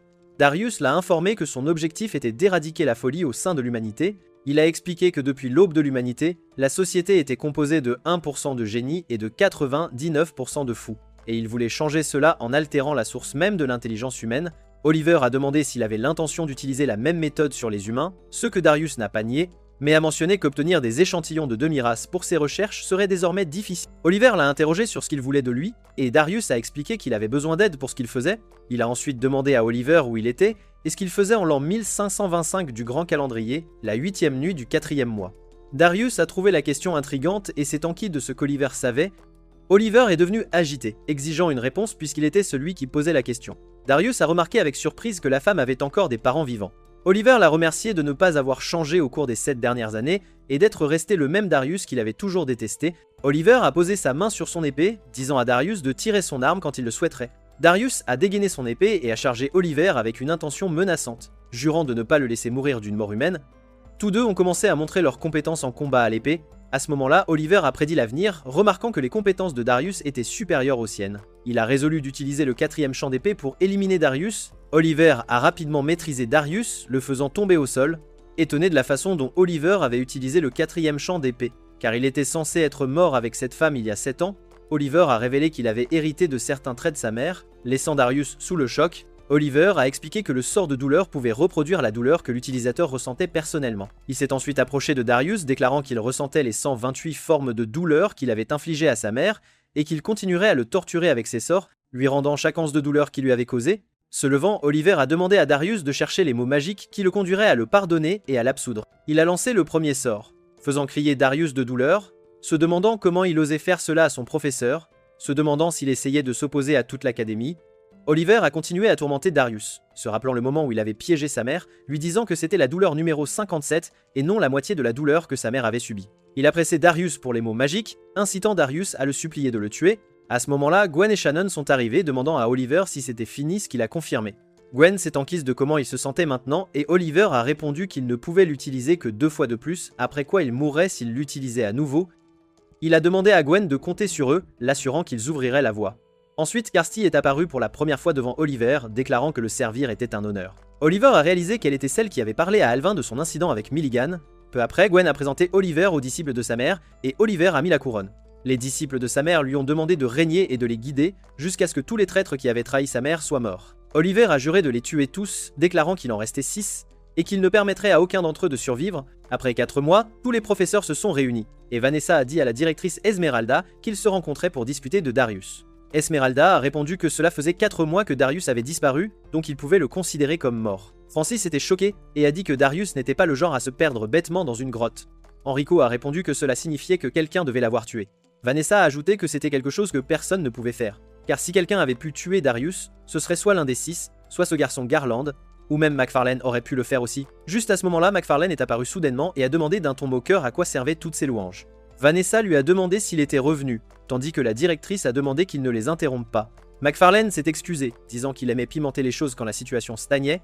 La directrice, avec compréhension, a déclaré qu'aucun d'entre eux n'était impliqué dans la disparition de Darius, et dans ce cas, il ne discuterait plus de cette affaire. Vanessa lui a ensuite demandé ce qu'elle ferait si elle découvrait qu'un étudiant était responsable de la disparition de Darius.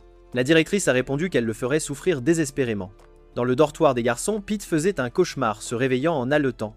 Quand Oliver l'a senti, il a demandé ce qui se passait, et Pete lui a dit de rester loin, lui jetant un livre pour le tenir éloigné de son lit. Dehors, dans la cour de l'académie, Pete était assis seul, et Nano s'est demandé ce qui n'allait pas avec lui, car il agissait étrangement depuis le petit déjeuner. Katie lui a demandé si Guy lui avait fait quelque chose. Guy, perplexe, a demandé à Katie pourquoi il serait responsable de l'état de Pete. Katie lui a dit qu'il était le seul à se comporter imprudemment parmi eux. Guy l'a assuré qu'il était toujours très gentil, mais quand les deux ont commencé à se disputer, Pete leur a crié de se taire et de le laisser tranquille. À ce moment-là, Oliver a demandé à Guy et Katie de laisser Pete seul. Pendant ce temps, Mademoiselle Cornwallis passa près de Nozero, et Sheila tenta de lui parler, mais elle fut complètement ignorée. Nano demanda alors à Sheila qui était Cornwallis, et Sheila expliqua que Cornwallis était une de ses parentes, et que Vi était sa fidèle compagne. Sheila poursuivit avec une certaine tristesse en disant que Cornwallis l'avait totalement ignorée depuis qu'elle avait commencé ses études à Kimberly. Guy fit remarquer que toutes les personnes que Sheila connaissait semblaient avoir une sorte de problème. À ce moment précis, un nouveau professeur, nommé Dustin, fit son apparition, et annonça à tous les élèves qu'il allait leur enseigner l'art de monter un ballet aujourd'hui. Cathy s'exclama avec une grande excitation qu'enfin elle allait pouvoir intégrer cette classe qu'elle attendait avec une impatience non dissimulée. Il avait été absolument impossible de rejoindre ce cours avant qu'un semestre entier ne se soit écoulé. Nano exprima alors sa vive inquiétude, affirmant qu'elle ne pensait pas pouvoir voler sur un balai. Oliver lui dit qu'elle avait mal compris, et Nano le regarda avec une surprise évidente. Oliver poursuivit, expliquant que les balais ne volaient pas réellement dans le ciel. Juste à ce moment-là, leur professeur Dustin leur donna l'instruction de se préparer, les avertissant également que certains balais pouvaient parfois se montrer d'humeur capricieuse. Il ouvrit alors une zone très spacieuse et lorsque les étudiants y pénétrèrent, ils découvrirent de nombreux balais flottant gracieusement dans les airs. Nano haleta, réalisant que les balais n'étaient pas de simples objets, mais bel et bien des êtres vivants. Dustin lui expliqua que les balais étaient des créatures magiques dotées de brindilles robustes et ramifiées, toutes connectées à un manche. Il expliqua que ces êtres vivaient grâce aux éléments essentiels et aux particules magiques présentes dans l'atmosphère, en plus de l'énergie magique qu'ils recevaient des sorciers, en échange de leur permettre de voler sur eux, ce qui était un échange équitable. Ensuite, Dustin prit un balai et dit à Nano que seuls les sorciers qu'ils aimaient pouvaient les monter. Il lui demanda de trouver son partenaire idéal parmi eux. À ce moment-là, Guy tenta de prendre son balai mais échoua, tandis que Katie avait du mal à choisir le sien, trouvant tous les balais très beaux. Oliver, lui, prit rapidement son balai. Il dit à Sheila qu'il s'entendait bien avec le sien depuis un moment. Puis, Sheila remarqua que tous les balais aimaient Nano et la suivaient. Oliver lui expliqua que c'était normal vu l'énergie magique de Nano, mais celle-ci continua de marcher sans en choisir un seul. Elle arriva ensuite devant un balai solitaire dans un coin, et Dustin la prévint que ce balai était une exception et pouvait la blesser si elle n'était pas prudente. Néanmoins, Nano s'approcha du balai et lui dit que sa monture précédente était exactement comme ça. Elle comprit qu'il ne laisserait personne le monter, sauf son vrai maître. À ce moment, le balai s'arrêta. Nano lui dit qu'elle ne le forcerait pas, mais qu'elle voulait qu'il sache qu'elle était impressionnée et l'avait choisi parmi les autres. Ce qui était une marque de confiance. À cet instant, le balai bondit et atterrit devant Nano. Elle le saisit, disant l'avoir choisi comme partenaire, puis s'envola dehors avec lui, à l'étonnement de tous, surtout Dustin, qui s'exclama avoir tant de fois tenté d'apprivoiser ce balai, mais sans succès. Pendant que tous regardaient Nano voler sur le balai, Oliver pensa que le balai appartenait à sa mère, donc c'était logique qu'il la choisisse. Plus tard, nos héros s'assirent, et Nano exprima sa joie d'avoir volé sur le balai.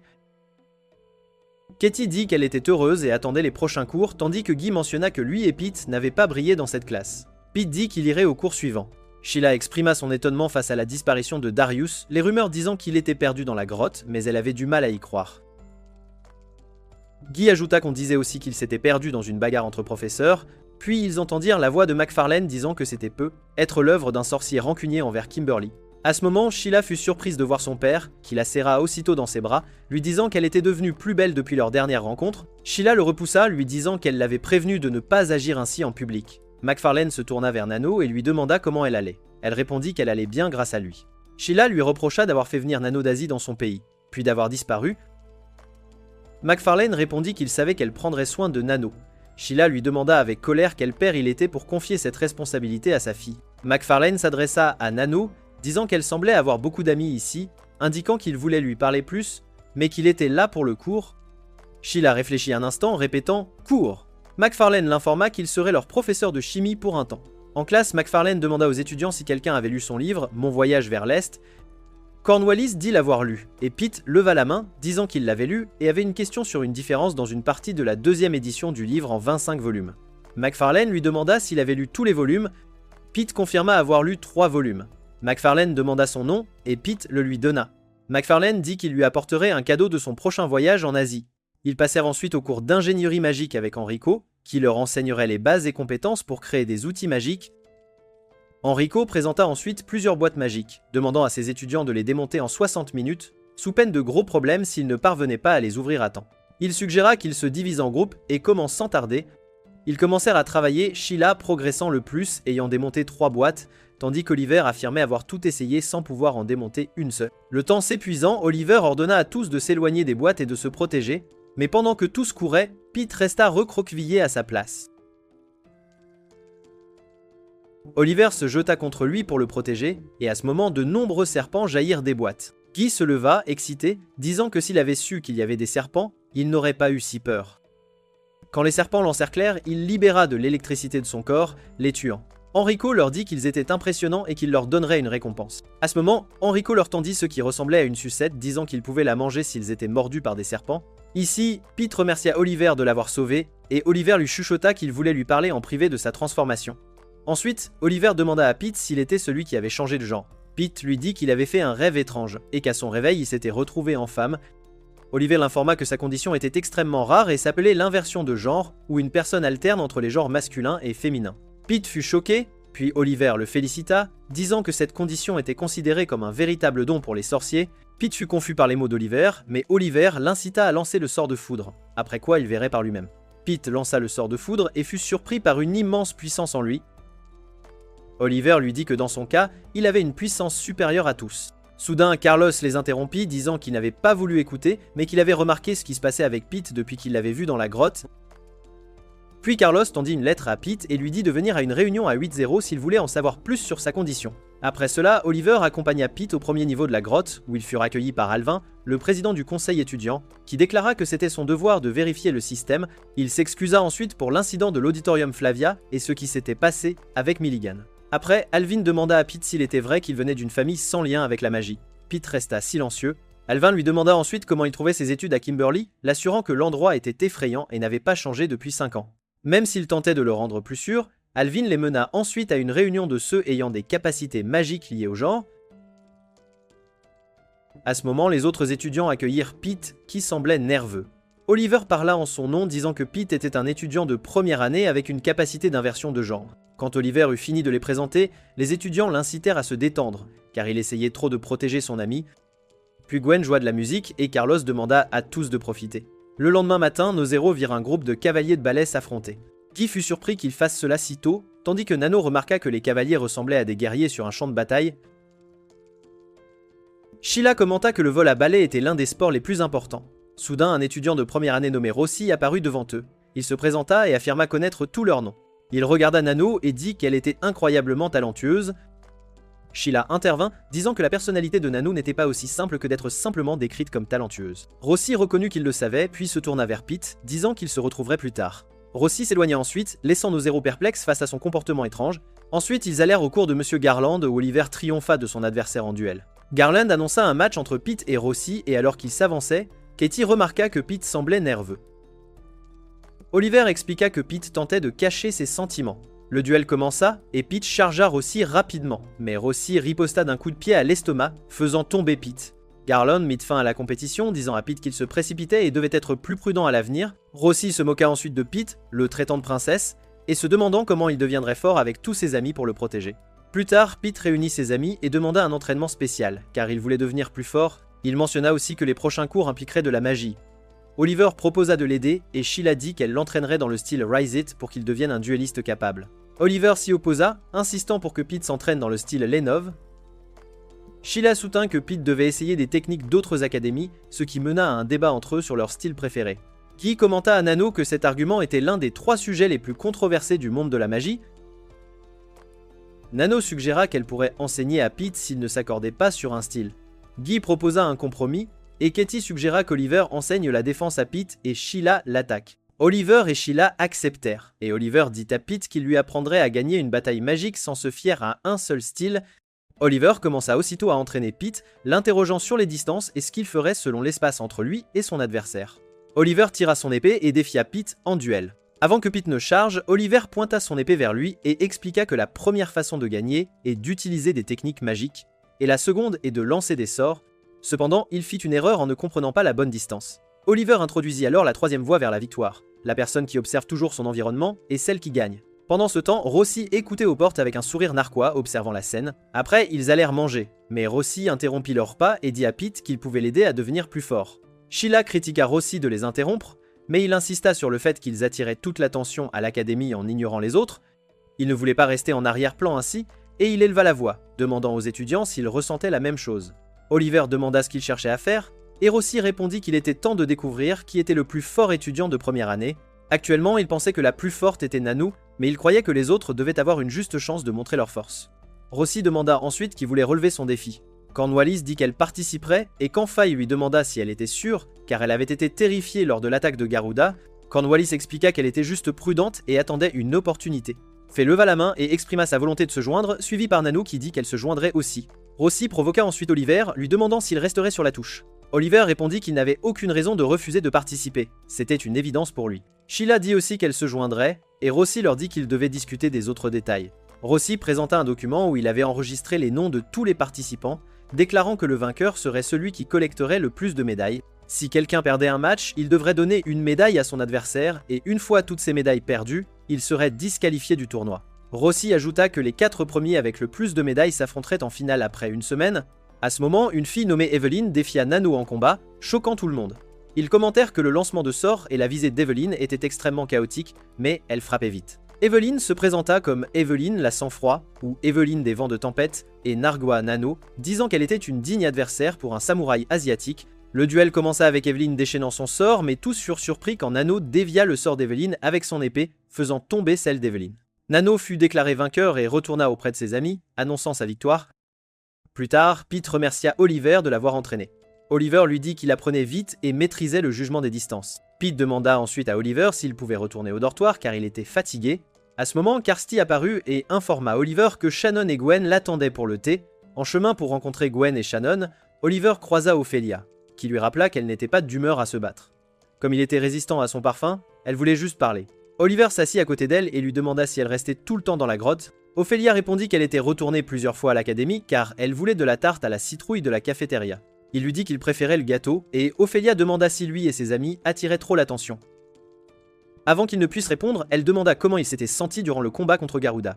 Oliver répondit qu'il ne voulait plus jamais ressentir cela. Ophelia lui rappela qu'Alvin avait dit la même chose, mais elle pensait qu'il se souciait beaucoup de lui. Oliver demanda pourquoi elle pensait cela, et Ophelia dit que c'était parce qu'il ressemblait à Alvin, surtout dans ses habitudes de se lancer dans des aventures inappropriées pour un étudiant de première année. Elle expliqua ensuite qu'elle et Carlos avaient toujours accompagné Alvin par le passé, puis Ophelia le mit en garde contre Carlos, disant qu'il s'immiscerait dans tout ce qui le concernait. Après, elle le remercia pour leur brève conversation et lui demanda de ne pas s'impliquer dans des aventures, mais de rester à l'académie pour étudier seulement. Oliver retrouva ensuite Shannon et Gwen, qui l'accueillirent. Gwen demanda comment s'était passé son voyage dans la grotte, ce à quoi Oliver admit qu'il n'y était pas encore habitué, mais essaierait de s'y accoutumer. Il leur rappela qu'il s'était déjà rencontré à l'étrange fête de Carlos et ajouta qu'il avait croisé Ophelia en chemin. Shannon demanda où il l'avait rencontrée, et Gwen nota qu'il était trop tard pour la rattraper. Gwen ajouta que Shannon et Ophelia se connaissaient bien. Oliver demanda à Shannon si elle était proche d'Ophelia, et Shannon répondit qu'Ophelia était le genre de personne qui se sentait seule. À ce moment, Gwen demanda à Oliver s'il était sûr que Nano avait utilisé le 7e chant de l'épée, et Oliver dit qu'il n'était pas sûr mais avait une intuition. Gwen mentionna que Nano avait une nature charmante qui attirait les autres, rappelant quelqu'un qu'il connaissait. Oliver admit qu'il y avait quelque chose chez Nano. Il la regardait sans cesse et ne voulait pas la laisser seule. Shannon lui dit qu'il avait le béguin pour elle, tandis que Gwen le calma, expliquant que l'attraction était cruciale pour les mages. Il suggéra que Nano pourrait être celle qui changerait son essence. Il conseilla à Oliver de garder ses sentiments près de son cœur et de rester loyal envers son ami. Oliver accepta. Alors qu'il retournait à l'académie, Oliver fut surpris de trouver Rossi le suivant. Il demanda à Rossi de se montrer et s'il avait fait quelque chose pour qu'il le déteste. Rossi le nia, expliquant qu'il était juste malheureux d'être le centre de l'attention. Oliver fit remarquer que Nano attirait aussi l'attention de tous. Rossi remarqua qu'il ne comptait pas Nano car elle était gentille et il ne se sentait jamais dérangé par elle. Il défia ensuite Oliver dans un vrai combat pour déterminer qui était le plus fort, disant qu'il n'utiliserait aucune magie, sauf les sorts anti-mortels. Oliver accepta, et le combat commença, Rossi le chargeant férocement. Oliver bloqua son attaque, mais Rossi marcha sur son pied et le frappa, affirmant qu'il se battait salement, contrairement à lui. Oliver lui dit de faire ce qu'il voulait car ses sales tours ne fonctionneraient pas sur lui. Rossi s'énerva et tendit une embuscade à Oliver pendant le combat, le frappant au visage avec la garde de son épée, le faisant saigner. Rossi lui dit alors qu'il se battait pour tuer et ne voyait aucun problème à porter de telles choses. Oliver le remercia de lui avoir fait réaliser qu'il manquait d'expérience. Rossi le nargua de continuer à parler ainsi et qu'il en aurait plus. Mais Oliver dit qu'il n'y aurait plus de combat car il le vaincrait en 8 mouvements.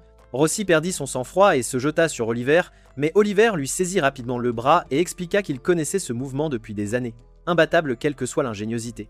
Rossi accusa Oliver d'arrogance, puis Oliver relâcha sa prise sur le bras de Rossi, qui tenta de le frapper, mais Oliver frappa la main de Rossi avec son épée, le faisant lâcher son arme. À ce moment, Rossi remit la médaille à Oliver, admettant sa défaite, disant qu'il avait perdu contre la personne qu'il voulait le plus battre. Oliver lui dit qu'il avait un style de combat unique mais devait adopter l'une des techniques de combat essentielles. Rossi lui demanda quel était son problème avec lui, et Oliver expliqua qu'il était jaloux de son talent car il possédait un don spécial qu'il souhaitait développer, alors qu'il sentait que tout ce qu'il avait n'était pas vraiment le sien, mais lui avait été donné par quelqu'un d'autre. Rossi répondit qu'il s'en fichait et continua son chemin hors de la grotte. Il rencontra ensuite Kirsty qui le félicita, disant qu'elle l'admirait du fond du cœur. Il lui dit qu'il n'y avait pas besoin de se vanter car il manquait encore d'expérience. Après qu'Oliver fut retourné au dortoir, il commença à traiter Pete pour réguler la quantité d'énergie magique dans son corps. Il expliqua que c'était un traitement temporaire puisque le corps de Pete n'était pas encore habitué à gérer la magie sous sa forme féminine. Il donna ensuite à Pete des conseils pour que l'énergie circule correctement en lui. Oliver brossa doucement les cheveux de Pete et lui dit qu'il dormait à côté, donc il ne devait pas hésiter à l'appeler s'il avait besoin. Pete répondit qu'il devait se dépêcher de dormir car il se lèverait tôt. À ce moment-là, Oliver lui dit qu'il ne pourrait plus cacher sa condition à leurs compagnons. Le lendemain, Pete confessa à ses amis qu'il avait changé de genre. Sheila le félicita, disant que c'était un événement rare, une transformation unique.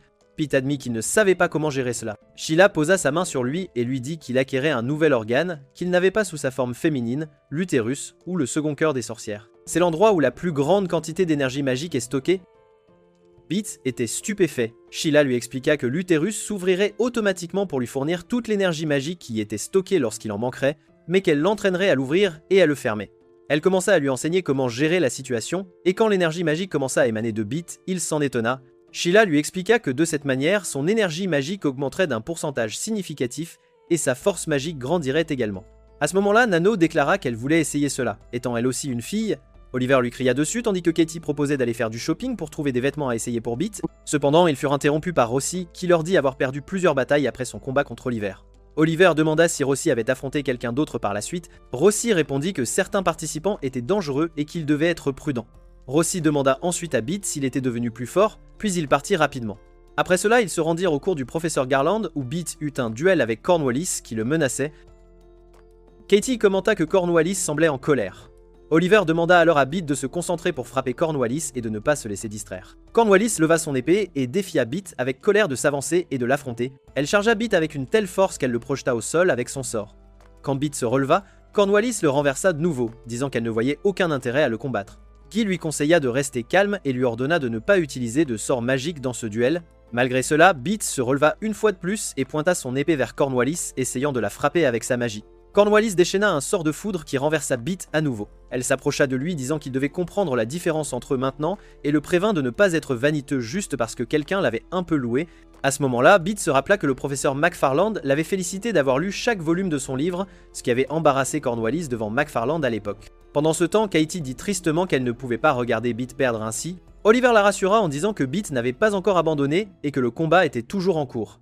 Il souligna que puisque Cornwallis sous-estimait Pete, cela pourrait le motiver à donner le meilleur de lui-même. À cet instant, Pete chargea Cornwallis avec excitation, et juste au moment où il allait la frapper avec son épée, le temps s'écoula soudainement, il retrouva ses amis après, et Oliver loua sa performance. Cependant, Pete pleura, disant qu'il n'avait pas touché Cornwallis d'un seul coup. Sheila lui dit que son maniement de l'épée dans le style reset avait presque réussi. Cornwallis entendit et dit à Sheila qu'elle devrait être en colère contre elle pour avoir amené Pete à ce niveau d'humiliation, en lui apprenant à se battre en duel. Guy dit à Pete qu'il était proche de réussir et qu'il n'y avait pas lieu de désespérer. Rossi leur rappela qu'une défaite reste une défaite, mais il vit que Pete avait fait des efforts et peut être qu'il commencerait aussi à apprendre les bases comme lui.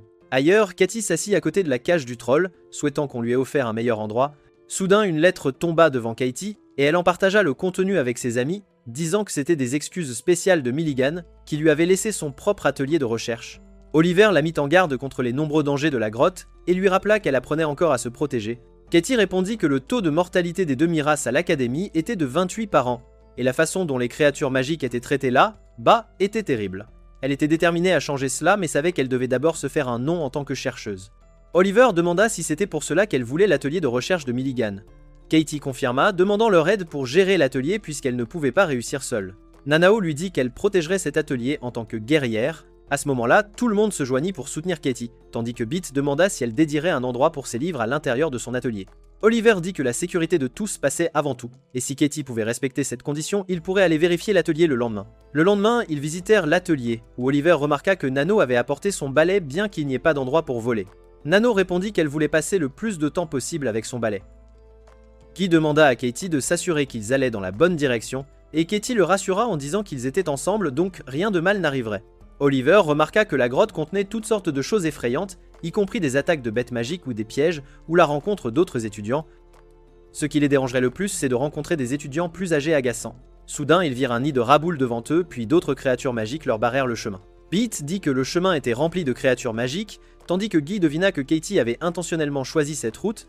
Cependant, Katie les arrêta soudainement et jeta une pierre devant, disant que l'endroit était rempli de projectiles à pointe. Elle expliqua que ces pointes ne les tueraient pas, mais causeraient de la douleur. Pete demanda comment il passerait alors, et Katie plaça de l'encens sur le chemin, déclarant que les pointes deviendraient inactives une fois l'encens allumé, mais dès que Katie alluma l'encens, ils furent surpris par un piège et tout le monde commença à courir.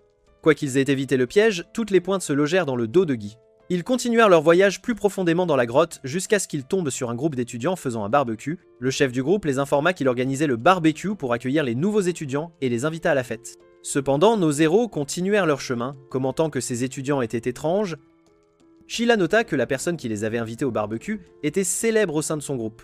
Guy le reconnut alors comme Kevin Walker, connu sous le nom du survivant. Katie demanda si Kevin était si incroyable. Sheila répondit qu'il avait disparu dans la grotte pendant 6 mois et était revenu vivant après qu'ils aient même organisé des funérailles pour lui. Katie spécula qu'ils auraient dû accepter son invitation au barbecue. Soudain, ils s'arrêtèrent devant l'une des étudiantes qui les avertit qu'il était dangereux de se promener dans la grotte à cette heure tardive, mais elle accueillait toutes sortes de clients. Elle demanda s'ils voulaient des ingrédients pour organiser une grande fête et leur offrit de la viande suffisante pour 6 personnes avec une réduction substantielle puisqu'ils étaient ses premiers clients, ainsi que quelques boissons. Ensuite, ils continuèrent leur chemin jusqu'à arriver à leur destination prévue. Katie fit exploser le mur avec sa baguette, annonçant qu'ils avaient atteint leur base secrète. Une fois à l'intérieur de l'atelier, Beat se demanda s'il pourrait utiliser tout cela. Katie confirma, disant qu'elle avait entendu dire que cet atelier était le meilleur atelier de recherche de la grotte. Oliver dit qu'il utiliserait l'atelier comme base pour explorer la grotte et s'assurer que ce soit un abri sûr pour eux. Guy suggéra de poser des pièges autour de l'atelier pour la protection. Ils dégustèrent ensuite la viande grillée et l'apprécièrent. À ce moment-là, Sheila proposa de donner un nom spécial à leur groupe afin que leur lien perdure. Katie demanda à Beat un nom unique, mais Beat répondit qu'il ne pouvait rien trouver car sa question l'avait surpris. Nano se leva et demanda à chacun de sortir ses lames et de les lever haut pour former un cercle parfait. Elle expliqua que cette forme, dans son pays natal, est appelée la fleur d'épée, symbolisant les liens entre les guerriers. Nano demanda ensuite à chacun de toujours se souvenir de la forme de la fleur qu'ils avaient créée en ce lieu, leur assurant que cette fleur ne serait jamais déchirée. Elle nomma le groupe la fleur d'épée. Oliver convint que c'était un bon nom. À ce moment-là, Katie demanda à Sheila si ce moment s'était vraiment avéré spécial comme elle l'avait souhaité, ce que Sheila confirma. Tout le monde se réjouit ensemble, tout le monde s'installa dans l'atelier, et Nano dit qu'elle se sentait de nouveau comme une enfant. Beat remarqua que le changement n'était pas mauvais, et Oliver leur rappela que c'était l'insistance de Katie sur l'idée de l'atelier qui les avait amenés ici. Guy soutint les paroles d'Oliver pendant que Katie s'assoupissait. Pendant ce temps, Cornwallis se tenait à l'extérieur de la grotte avec Faye, affirmant qu'elle prouverait à Sheila qu'elle n'était pas un substitut pour elle. Au petit matin, Nano remercia Oliver de s'être levé tôt pour l'entraîner. Oliver la rassura en disant que c'était parfait tant qu'ils avaient l'endroit idéal pour cela. Il lui demanda si elle pouvait utiliser le champ de l'épée à nouveau, mais Nano secoua la tête. Oliver suggéra alors qu'il pratique le lancement de sorts, et bien que Nano lui ait demandé de s'entraîner avec elle d'abord, il refusa, insistant sur le fait qu'elle devait d'abord apprendre les techniques de sorts, car elle devait se fondre avec les compétences à l'épée. Il lui dit que c'était son travail de l'amener à ce point. Nano, les yeux écarquillés, demanda ce qui se passerait une fois qu'elle aurait atteint ce point. Oliver répondit qu'elle deviendrait une sorcière de son niveau. Avec enthousiasme, elle dit que cela semblait passionnant. Soudain, ils entendirent Guy crier, ayant juste aperçu un troll. Katie pressa Guy de ne pas crier ainsi, car cela effraierait le troll. Guy expliqua que son cœur s'était presque arrêté quand le troll était apparu de nulle part. Katie mentionna qu'il était temps d'amener le troll à son atelier. Oliver, perplexe, demanda si le troll était venu seul dans la grotte. C'est alors que Milligan le surprit par sa présence, disant que c'était elle qui l'avait amené. Oliver fut étonné de la voir. Elle expliqua qu'elle voulait seulement aider un peu. Pendant ce temps, Beat était toujours allongé à l'intérieur, se réveillant et cherchant ses lunettes, qu'une main en mouvement lui présenta, choquant Beat alors qu'il se précipitait vers ses amis. Tout le monde était stupéfait. Milligan leur dit qu'elle avait remis en question ses motivations pour donner l'atelier à Katie. Milligan répondit qu'elle investissait dans le potentiel futur de Katie, voulant partager le mérite une fois qu'elle aurait atteint un grand succès. Milligan rappela à tous que Katie voulait s'occuper du troll elle-même, et cet endroit serait parfait pour cela. Katie confirma qu'elle y avait effectivement pensé tandis que le troll exprimait sa préférence de rester près d'elle. Sheila nota qu'il semblait plus calme maintenant. Katie suggéra alors de le nommer Marco. Oliver demanda à Marco s'il les connaissait. Marco répondit avec assurance que Katie parlait souvent d'eux. Il appela chaque personne par son nom, les déclarant ses amis puisqu'ils étaient les amis de Katie. Oliver s'approcha de Marco, exprimant son plaisir de le rencontrer. Milligan les conduisit ensuite à l'entrée la plus proche de l'atelier. Guy commenta que c'était le moyen le plus rapide d'entrer dans la grotte. Milligan les avertit que même si passer par là semblait rapide, ce n'était pas toujours possible en raison de la nature capricieuse de la grotte. Elle les informa qu'elle partait et leur conseilla de ne pas baisser leur garde s'ils continuaient à explorer la grotte. Avec enthousiasme, Katie proclama qu'ils continueraient à chercher et ils reprirent leur quête. Guy mentionna qu'il n'avait jamais imaginé marcher aux côtés d'un troll. Oliver l'informa que Marco était un bon gardien. Soudain, Sheila les avertit que continuer les mènerait au deuxième niveau de la grotte, qui était plus grand et plus complexe que le premier. Nommée à juste titre la forêt témêlée, en raison des créatures magiques déséquilibrées qui s'y trouvaient, Guy s'exclama qu'il y avait une forêt sous la grotte. Juste au moment où Sheila suggérait de faire demi-tour, Cornwallis la surprit, lui demandant si elle explorait les profondeurs, confirmant qu'elle attendait de prendre son badge. Marco se précipita alors vers Cornwallis pour attaquer. Katie le calma, tandis que Cornwallis insista qu'il n'était pas permis d'utiliser un allié amical dans ce tournoi. Katie rétorqua que c'était elle qui était apparue de nulle part. Faye, essayant d'apaiser la situation tendue, suggéra que Faye devrait aussi se battre contre quelqu'un. Oliver interrogea Sheila sur la relation entre Faye et Cornwallis. Sheila répondit que leur relation était similaire à celle d'un professeur et d'un chevalier. Oliver nota que leur travail d'équipe serait alors solide. Sheila remarqua qu'ils pouvaient encore vaincre Cornwallis et Faye étant donné les 6 mois qu'ils avaient passés ensemble. Oliver désigna Nano pour combattre aux côtés de Sheila, car elle était également avide de bataille. Soudain, Albright apparut, déclarant qu'il se joindrait et ferait partie de l'équipe de Cornwallis. Nano demanda qui était Albright. Oliver expliqua que la famille Albright était connue pour ses sorciers combattants supérieurs. Cornwallis demanda à Albright s'il voulait vraiment rejoindre son équipe et lui dit que cela ne le dérangeait pas. Albright adressa ensuite sa question à Sheila, jetant un coup d'œil à Oliver, et demanda si Sheila voyait un inconvénient à ajouter l'inconnu à son équipe. Sheila se mit sur la défensive, offensée par son manque de respect envers Oliver, mais Oliver la calma, disant qu'il n'avait aucun problème avec la bataille à 3. Cornwallis cependant tenta de rejeter la participation d'Albright. Faye la calma, soulignant que c'était bénéfique puisque Albright ciblait Nanaou. À ce moment-là, Albright leur ordonna de le suivre au 2e niveau de la grotte. Sheila lui rappela qu'ils avaient d'autres étudiants avec eux, rendant cela dangereux. Il lui demanda de les renvoyer au dortoir, mais Katie insista pour rester le regarder se battre. Guy et Beat firent écho à ses sentiments. Marco dit qu'il protégerait tout le monde. Faye remarqua que Sheila avait beaucoup d'amis. Cornwallis lui ordonna de se taire. Ils atteignirent finalement un endroit approprié pour se battre. Albright demanda si quelqu'un voyait un inconvénient à ajuster le sort mortel à la moitié de sa puissance. Cornwallis le prévint qu'il regretterait d'essayer de les poignarder par derrière. Albright répondit que tout ce qui l'intéressait était de combattre le samouraï et lui demanda de ne pas s'attendre à de l'aide. La bataille commença et Cornwallis fut surprise quand Oliver cibla Albright, déclarant qu'il le combattrait parce qu'il ne permettrait à personne de l'insulter. Cornwallis demanda ensuite à Faye de combattre le samouraï. Pendant ce temps, Nano dit à Sheila qu'elle allait enfin voir sa lame. Sheila promit de ne pas la décevoir alors qu'elle chargeait Cornwallis, lui demandant pourquoi elle la haïssait. Cornwallis répondit que même si elle lui disait la raison, elle ne comprendrait pas. Leurs épées s'entrechoquèrent, poussant Nano à admirer le moment, tandis que Faye nota que toutes deux s'étaient entraînées dans le style Rizzo depuis l'enfance. Faye dit alors à Nano que leur combat ne serait pas aussi agréable. Il lui lança une boule de feu et commença à courir. Nano remarqua qu'il jouait à un jeu de poursuite. Elle le suivit. Pendant ce temps, la bataille faisait rage entre Oliver et Albright, Oliver déchaînant le feu tandis qu'Albright ripostait avec des vagues d'eau. Quand Oliver se jeta sur Albright, il activa une barrière murale. Cependant, Oliver sauta par-dessus, évitant le coup. Albright le nargua, disant qu'il n'était qu'un gars normal faisant des acrobaties tout en essayant de le vaincre. Oliver l'exhorta à se retenir jusqu'à ce qu'il le mette à terre. Albright bondit vers le haut, mais quand il essaya de laisser tomber son épée sur Oliver, Oliver le bloqua. Albright déclara alors qu'il appliquait un large éventail de sorts pour distraire son adversaire, suivi d'un coup direct pour gagner ses batailles. Oliver réalisa qu'Albright avait compris son astuce et redirigea sa lame de la même manière. À ce moment-là, Albright se moqua d'Oliver, disant qu'il appliquait simplement ce qu'il avait appris dans les livres. Mais Oliver le chargea rapidement, lui effleurant la joue et lui demandant ce qu'il en dirait. Albright reconnut sa bravoure. Alors que les amis d'Oliver regardaient la scène se dérouler, Katie remarqua que l'attaque d'Oliver venait d'envoyer un éclair illuminant le ciel. De l'autre côté, Faye maudit intérieurement Nano, s'interrogeant sur son pouvoir. Cornwallis lui dit qu'il était faible et insista qu'il devait gagner à tout prix. Se souvenant de moments passés, Faye dit à Cornwallis qu'il lui appartenait et qu'elle pouvait le commander, promettant qu'il déchirerait son ennemi pour toujours. Cornwallis leva alors sa baguette haut, transformant Faye en un loup-garou massif et lui ordonna d'y aller. Elle le grimpa, se précipitant vers Sheila et Nano. Nano la rencontra avec son épée, mais fut choquée que son coup n'ait pas ébranlé le loup-garou que Cornwallis avait escaladé. Sheila expliqua que le visage qu'elle affrontait était maintenant un loup-garou, pas un humain, ce qui signifiait que sa capacité à encaisser les coups était complètement différente de celle d'un humain. Nano chargea Cornwallis et son loup-garou une fois de plus, mais Cornwallis l'arrêta avec son sort. À ce stade, Albright nargua Oliver, affirmant qu'il ne craignait pas de fuir pour aider ses amis. Oliver répondit qu'il n'avait pas besoin de son aide et qu'il n'y avait aucune raison pour lui de fuir. Pendant ce temps, Sheila avertit Cornwallis que Faye restait sous forme de loup-garou, lui rappelant que Faye avait du sang de demi-humain et que les demi-humains ressentaient de la douleur pendant les transformations. Elle demanda ensuite à Cornwallis pourquoi elle permettrait à son partenaire de souffrir ainsi pour une compétition entre étudiants de première année. Cornwallis se remémora un moment passé où elle avait demandé à Faye pourquoi son père ne l'avait jamais félicité. À ce moment-là, Cornwallis explosa de colère envers Sheila, exigeant de savoir ce qu'elle et Faye savaient pour la conseiller. Le loup-garou, à cet instant, tenta d'attaquer Sheila, mais Nano le sentit et l'intercepta, déclarant qu'ils allaient maintenant s'affronter avec une force égale. Sheila déclara qu'elle aiderait Cornwallis à mettre fin à la douleur de Faye aussi vite que possible. De l'autre côté, Albright se moqua d'Oliver, se demandant s'il était à court d'astuces.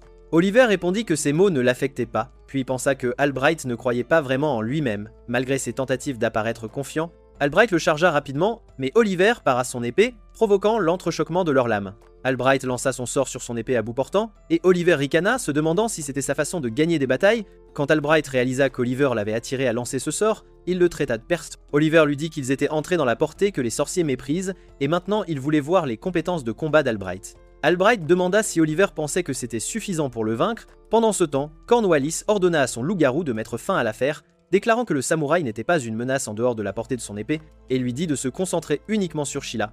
Cornwallis chargea Sheila avec son loup-garou, disant que c'était la fin. Sheila lança son sort de foudre, et bien que Cornwallis crut que le corps de Faye était assez fort pour y résister, dès qu'elle et son loup-garou entrèrent dans la portée du sort, elle tomba au sol. Alors que le loup-garou tentait de se relever, Nano l'en empêcha avec son épée, disant que c'était leur limite. Sheila dit qu'elle avait changé la trajectoire du sort et s'était concentrée sur la téléportation, puis électrocuta Cornwallis avec de l'électricité de surface. À ce moment-là, Cornwallis se releva et demanda à Sheila de l'affronter avec son épée. Pendant ce temps, le duel entre Oliver et Albright continua, alors que tous deux essayaient de se déséquilibrer mutuellement jusqu'à ce qu'ils tombent tous les deux dans l'eau ensemble. Albright déclara que ce n'était pas un match équitable, et Oliver rétorqua que s'il n'avait peu être pas les compétences de combat d'Albright, il avait une grande endurance. Il promit à Albright qu'il le maintiendrait suspendu là, à cet endroit. Sheila était en duel avec Cornwallis, commentant sarcastiquement que sa lame avait perdu son tranchant maintenant qu'elle était seule, lui disant qu'elle manquait encore d'entraînement mental.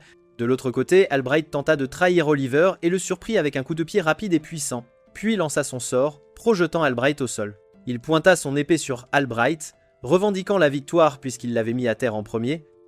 Au même moment, Sheila et Cornwallis étaient engagés dans une bataille féroce. Puis, Sheila repoussa inopinément l'épée de Cornwallis, la faisant reculer en titubant, tenant sa main de douleur. Elle demanda en larmes pourquoi elle ne pouvait pas gagner, et à cet instant, Faye retrouva sa forme humaine, répondant qu'ils étaient le côté le plus faible. Sheila leur a ensuite demandé si elle l'avait toujours détestée. Faye lui a dit qu'elle était trop parfaite, mais que si elle mourait, Cornwallis la remplacerait, car elle portait aussi le sang McFarlane. Nano, choqué, a demandé si Cornwallis était la sœur de Sheila. Sheila a confirmé qu'elles étaient sœurs de sang, mais leur père n'acceptait pas Cornwallis, car les vieilles familles avaient une tradition exigeant que les sorciers de la lignée principale partagent leur sang avec les branches, et son père respectait cette tradition. Faye a regardé Cornwallis avec pitié, disant que plus elle essayait de faire ses preuves parmi ses frères et sœurs, plus son père s'éloignait d'elle, car cela lui faisait réaliser que son sang valait moins que celui de la lignée principale des McFarlane. Faye a rappelé que Cornwallis avait appris la raison de l'éloignement de son père à l'âge de 10 ans, ce qui l'a poussé à prouver qu'elle était plus talentueuse que Sheila, et à faire en sorte que McFarlane la reconnaisse comme sa fille. Faye a poursuivi disant que c'était un rêve impossible, pourtant Cornwallis continuait de vivre uniquement dans l'espoir de le réaliser. À ce moment-là, Nano s'est approchée de Cornwallis et lui a dit qu'elle ne voyait aucune similitude entre elle et Sheila, lui demandant si elle s'attendait à ce que Sheila la traite comme un remplacement si Sheila perdait la vie demain. Cornwallis a répondu que c'était impossible, car elles n'étaient que des outils, nées telles qu'elles étaient, et non comme quelqu'un d'autre. Nanona a pris la main de Cornwallis, lui demandant de la connaître elle, et non une autre, exprimant son désir de connaître le personnage qui avait affronté Sheila face à face avec fierté. Finalement, Cornwallis a souri, tandis qu'Oliver observait de loin, commentant que cela arrivait toujours dès que Nano commençait à parler. Albright a suggéré en plaisantant qu'il pourrait un jour défier Nano en duel. Après cela, Albright a rassemblé tout le groupe et leur a dit qu'un de ses serviteurs avait une fille de son âge nommée Emma. Un jour, il a joué aux échecs avec elle, et bien qu'elle fût faible et qu'il la battait toujours, elle continuait de le défier aux échecs. Emma a lu de nombreux livres jusqu'au jour où elle a finalement gagné contre lui. À ce moment-là, elle a ressenti de l'excitation et de la joie. Bien qu'Albright ait perdu face à Emma, il était heureux de voir les efforts de quelqu'un porter leurs fruits pour la première fois. Plus tard, il a dit à son père qu'Emma l'avait battu et que son défi était le plus amusant qu'il ait jamais eu. Mais ensuite, son père l'a choqué avec de l'électricité et a continué à le frapper pendant la moitié de la journée. Albright a été forcé de comprendre ce que signifiait être un Albright. Après cela, il est allé dans sa chambre pour attendre qu'Emma reparle, mais elle n'est jamais revenue dans sa chambre parce que son père l'avait éliminée, elle et sa famille, pour toujours. À ce moment-là, il a réalisé qu'il n'avait plus le droit de perdre, car ses victoires et ses défaites appartenaient à sa famille, pas à lui. Albright s'est tourné vers Oliver, lui disant qu'il continuerait à mépriser les autres pour le reste de sa vie. Après cela, il a levé son bâton magique très haut, générant une énergie massive qui a invoqué un grand essaim d'abeilles piqueuses. Oliver a regardé, étonné, demandant ce qu'il faisait. Albright a répondu qu'il lui avait déjà dit être un Albright, donc il n'avait jamais le droit de perdre. Il a ensuite ordonné au groupe de se rendre, disant qu'il effacerait leurs souvenirs de la bataille et les laisserait partir, les avertissant de ne pas résister, sinon les choses changeraient. Cornwallis a pointé son bâton vers les abeilles et en a abattu une, ce qui a rendu le reste de l'essaim furieux. Et tandis qu'Oliver et Sheila tentaient de repousser les abeilles, Guy a fait pousser des plantes, créant une barrière protectrice. Katie a fait signe à ses compagnons de la suivre, ce qu'ils ont fait, tandis que Faye restait au milieu de l'essaim pour protéger Cornwallis. Il leur a demandé de le suivre, et ils l'ont rattrapé. Quand les abeilles ont encerclé la barrière de Guy, Katie a allumé de l'encens répulsif, disant qu'elle ne tiendrait pas longtemps ainsi. Sheila a ensuite interrogé Oliver sur son plan. auquel il a répondu qu'il n'avait d'autre choix que de se rendre. Nano a dit qu'elle l'accepterait mais voulait d'abord montrer à Albright ce qu'était une vraie défaite. Pendant ce temps, Katie s'est opposée à la reddition, déclarant être prête à combattre les oppresseurs, tandis que Guy a commenté que si la reddition d'Oliver était pour eux, il valait mieux qu'ils ne le fassent pas. Oliver a déclaré que l'alternative était de prendre un risque et qu'il savait quelles en seraient les conséquences. Beth lui a ordonné d'arrêter d'agir comme leur père car il n'était pas venu pour l'entraver. Oliver s'est excusé et a expliqué son plan. Au moment où Albright a ordonné aux abeilles d'attaquer, il a été choqué de les voir attirer vers la barrière par l'encens attractif.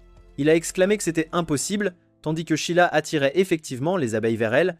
Puis, Sheila a surpris tout le monde en révélant qu'elle était à moitié humaine et à moitié elfe, et les abeilles sont rapidement devenues incontrôlables, devenant frénétiques. Tous nos héros ont levé leurs épées ensemble et ont exécuté un sort commun qui a anéanti une partie des abeilles. Albright a dirigé un autre essaim d'abeilles vers le nid des héros, mais Nano s'est précipité, son épée à la main, se frayant un chemin.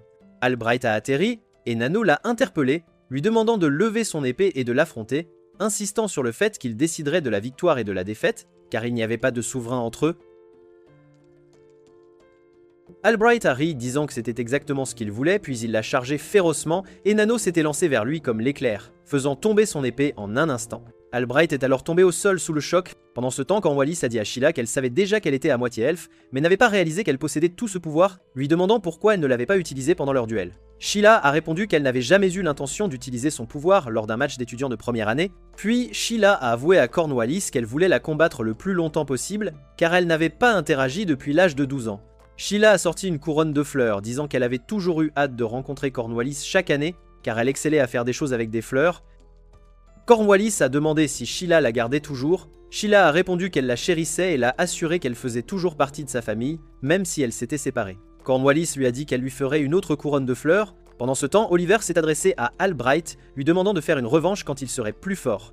Albright lui a dit qu'il deviendrait plus fort après avoir goûté à la défaite. Puis Oliver a ordonné à tout le monde de retourner à leur dortoir, disant qu'ils avaient suffisamment exploré la grotte pour une journée. Les événements ont continué de se dérouler alors qu'Alvin marchait aux côtés des membres du conseil de Kimberly à travers les cavernes. Licity a déclaré que si l'un de leurs jeunes étudiants était kidnappé, leur mission était de le ramener, tandis que Carlos a insisté sur le fait qu'il devait arrêter Ophelia, car la magie commençait à la consumer. Alvin a répondu qu'ils avaient déjà tardé à prendre une telle décision et qu'Ophelia aurait pu anticiper leurs actions.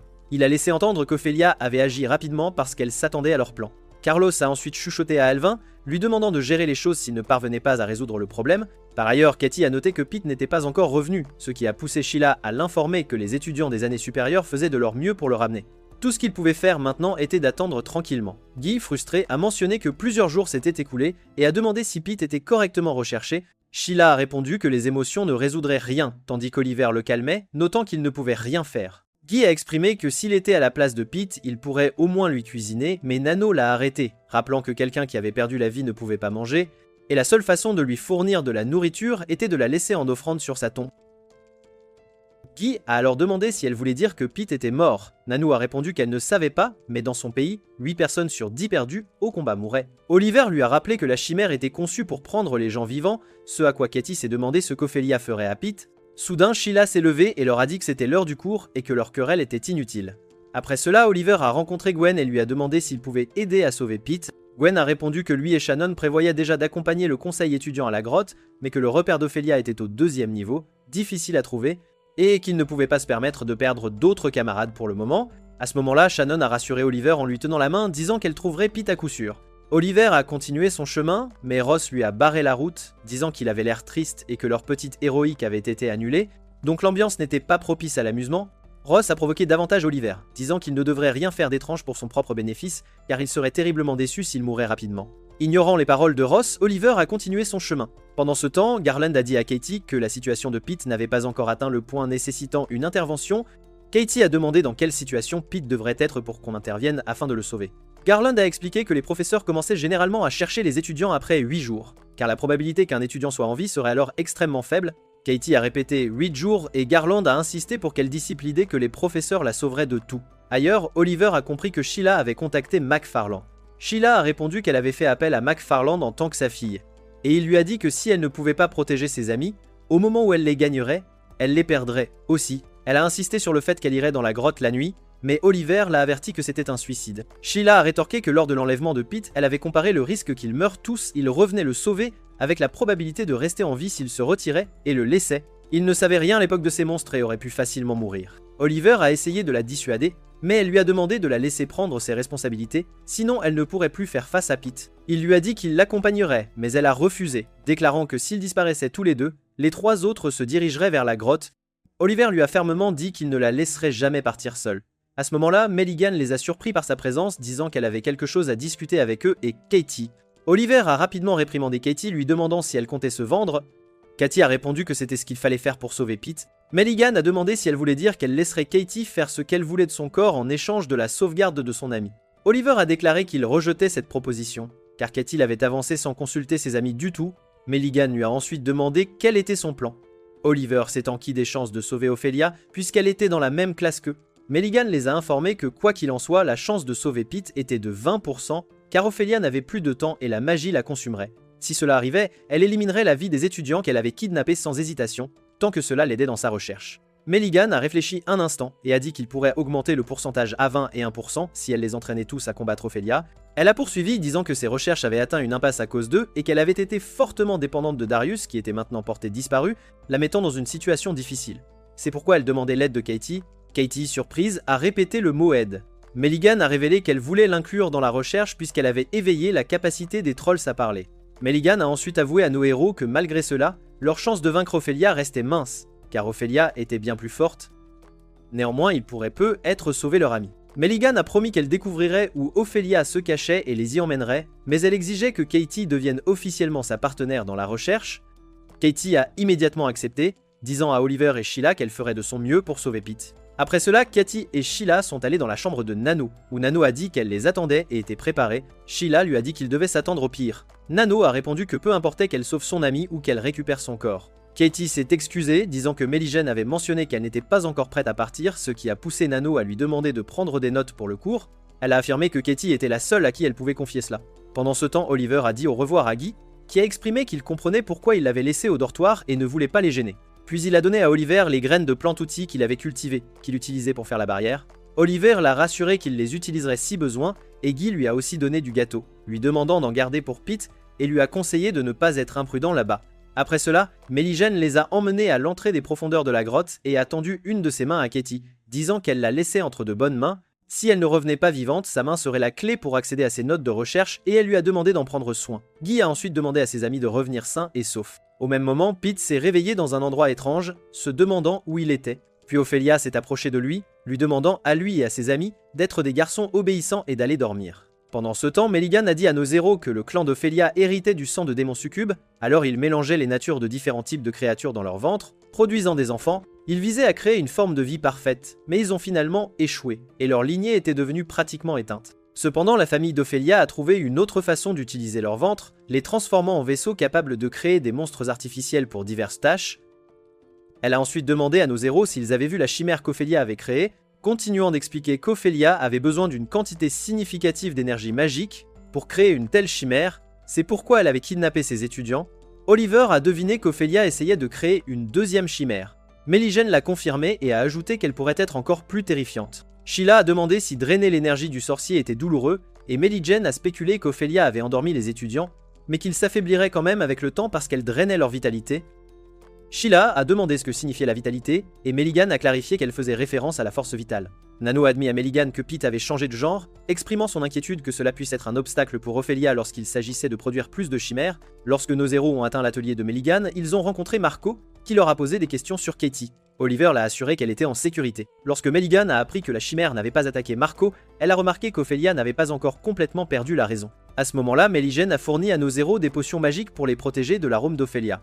Ailleurs, Alvin et Marcus se sont séparés de Lizzie et Tim pour chercher le repère d'Ophelia. Soudain, Alvin et Carlos ont rencontré Kevin, qui leur a dit qu'il s'attendait à ce qu'ils prennent cette route. Kevin a ensuite donné à Alvin une carte du 2e niveau de la grotte. Alvin a demandé curieusement s'il avait été au 2e niveau quand tout cela s'était produit. Kevin s'est excusé, disant qu'il n'avait pas pu trouver l'atelier d'Ophelia. Carlos a serré Kevin dans ses bras, le remerciant, puis ils sont partis. D'autre part, un monstre est apparu devant nos héros. Melligan les a informés que la retraite était la meilleure solution, car ils ne devraient pas affronter ce monstre avant au moins leur 3e année. Elle leur a ensuite demandé d'observer ce qu'elle ferait et d'apprendre d'elle. Melligan a sauté devant le monstre, leur disant qu'il devait d'abord comprendre ses propriétés.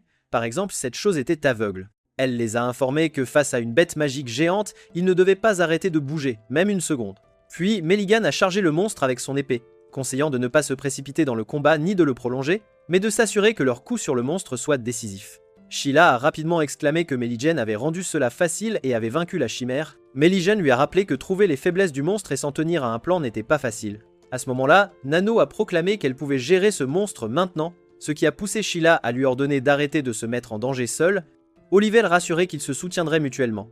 Meligan a noté qu'ils étaient sur le point d'entrer dans la forêt dangereuse et qu'ils devaient la suivre. De l'autre côté, Carlos a partagé l'histoire de sa première rencontre avec Ophelia.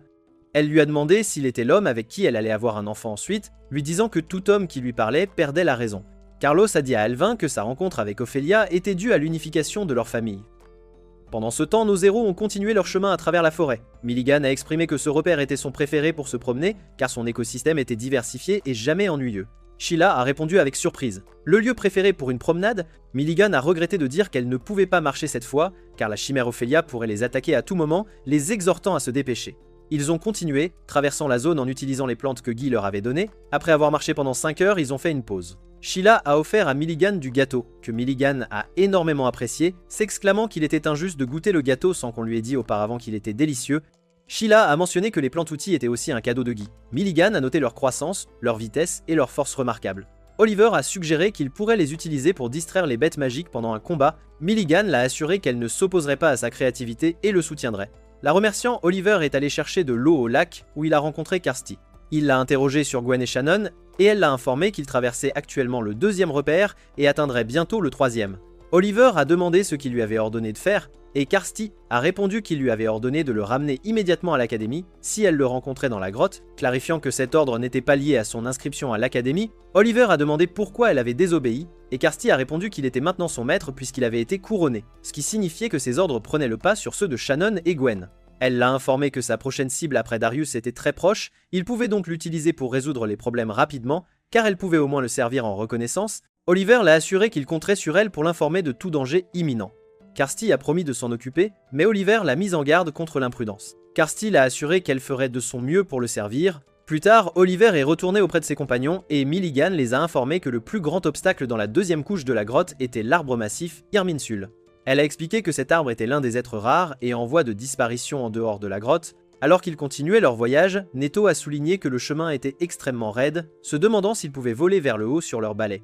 Milligan a répondu que c'était possible, mais a averti que si elle tentait de voler sans connaître la disposition de la zone, elle le regretterait profondément. Sheila a mentionné qu'il ne pouvait vraiment pas prendre de risques ici.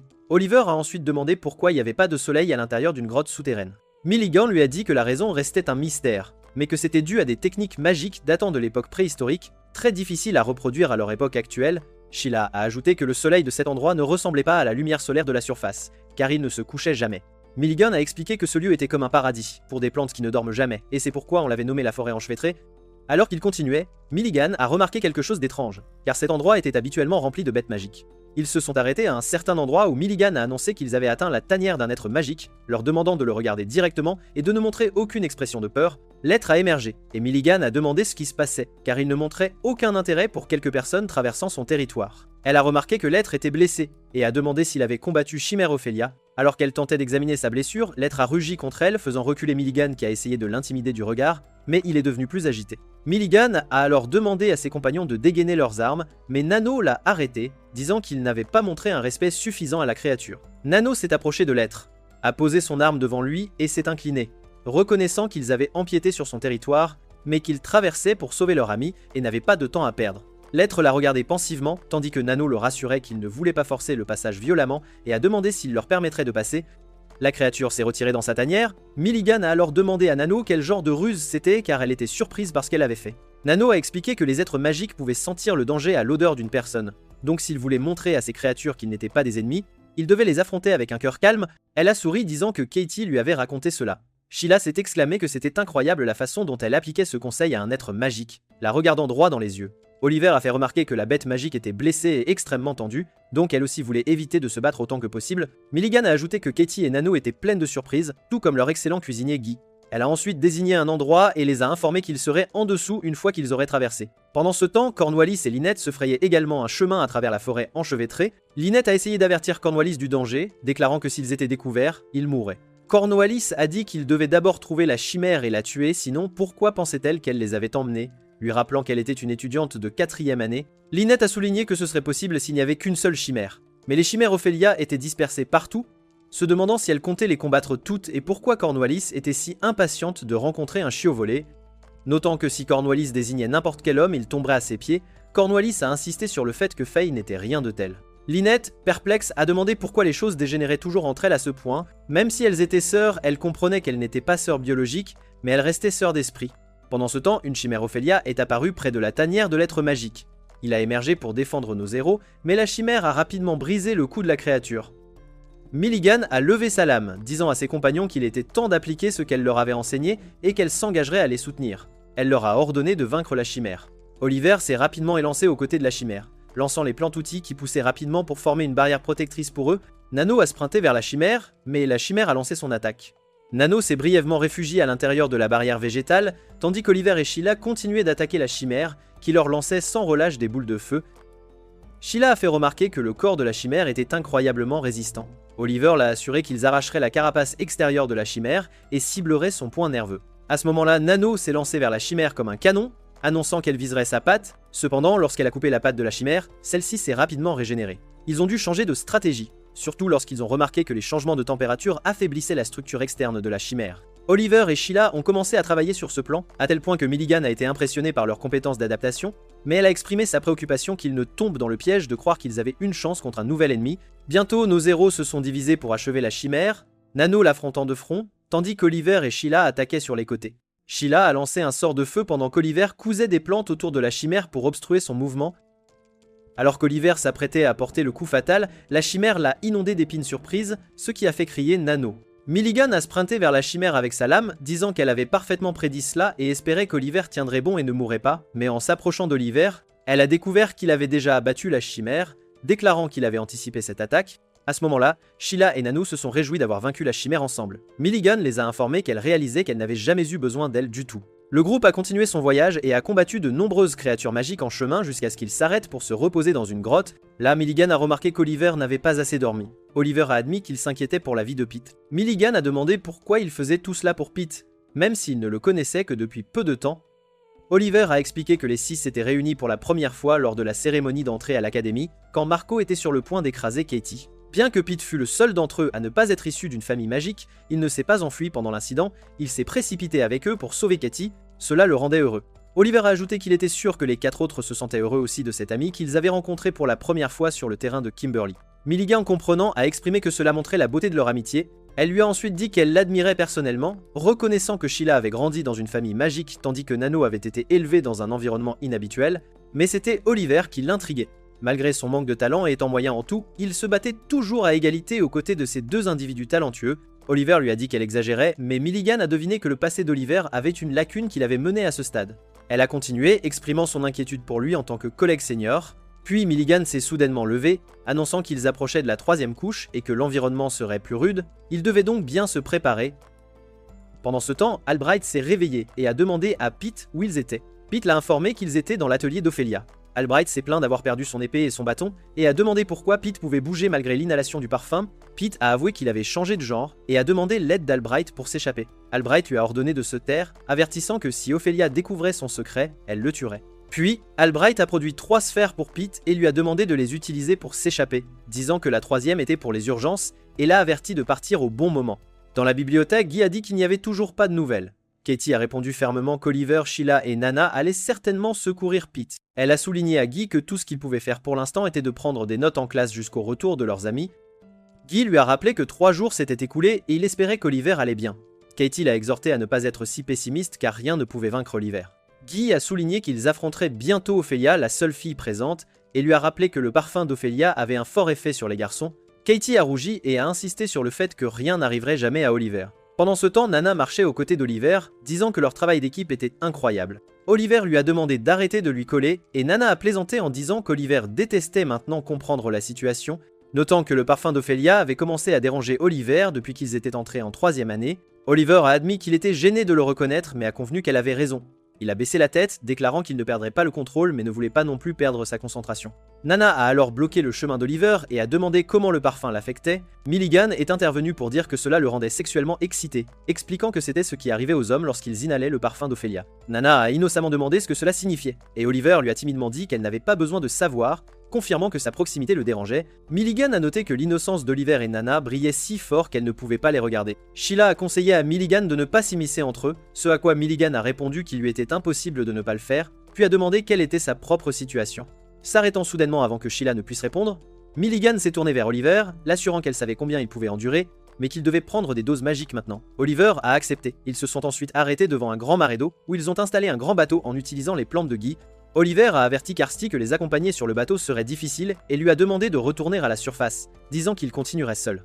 Cependant, avant que tout le monde ne monte à bord, Milligan leur a dit qu'il y avait une leçon importante à apprendre, expliquant qu'ils devaient apprendre à marcher sur le lac en utilisant le style de Lunoff. Elle a démontré en se tenant sur l'eau, expliquant que marcher sur l'eau exigeait une maîtrise parfaite de tous les éléments de la magie spatiale. Milligan a confirmé qu'elle savait que Sheila et Oliver en étaient conscients. Oliver a répondu qu'il le savait mais n'était pas sûr de pouvoir l'appliquer car il avait entendu dire que les étudiants de première année ne devaient pas encore l'essayer. Milligan les a exhortés à simplement essayer. Puis Nana a plongé dans l'eau et a refait surface, disant qu'elle ne comprenait pas du tout l'astuce. Oliver a alors décidé de couvrir la surface de l'eau avec son énergie magique, comme il le faisait en utilisant le pas gravité, distribuant son poids sur ses jambes. Quand il a réussi, Milligan l'a félicité, disant qu'elle était sûre qu'il réussirait.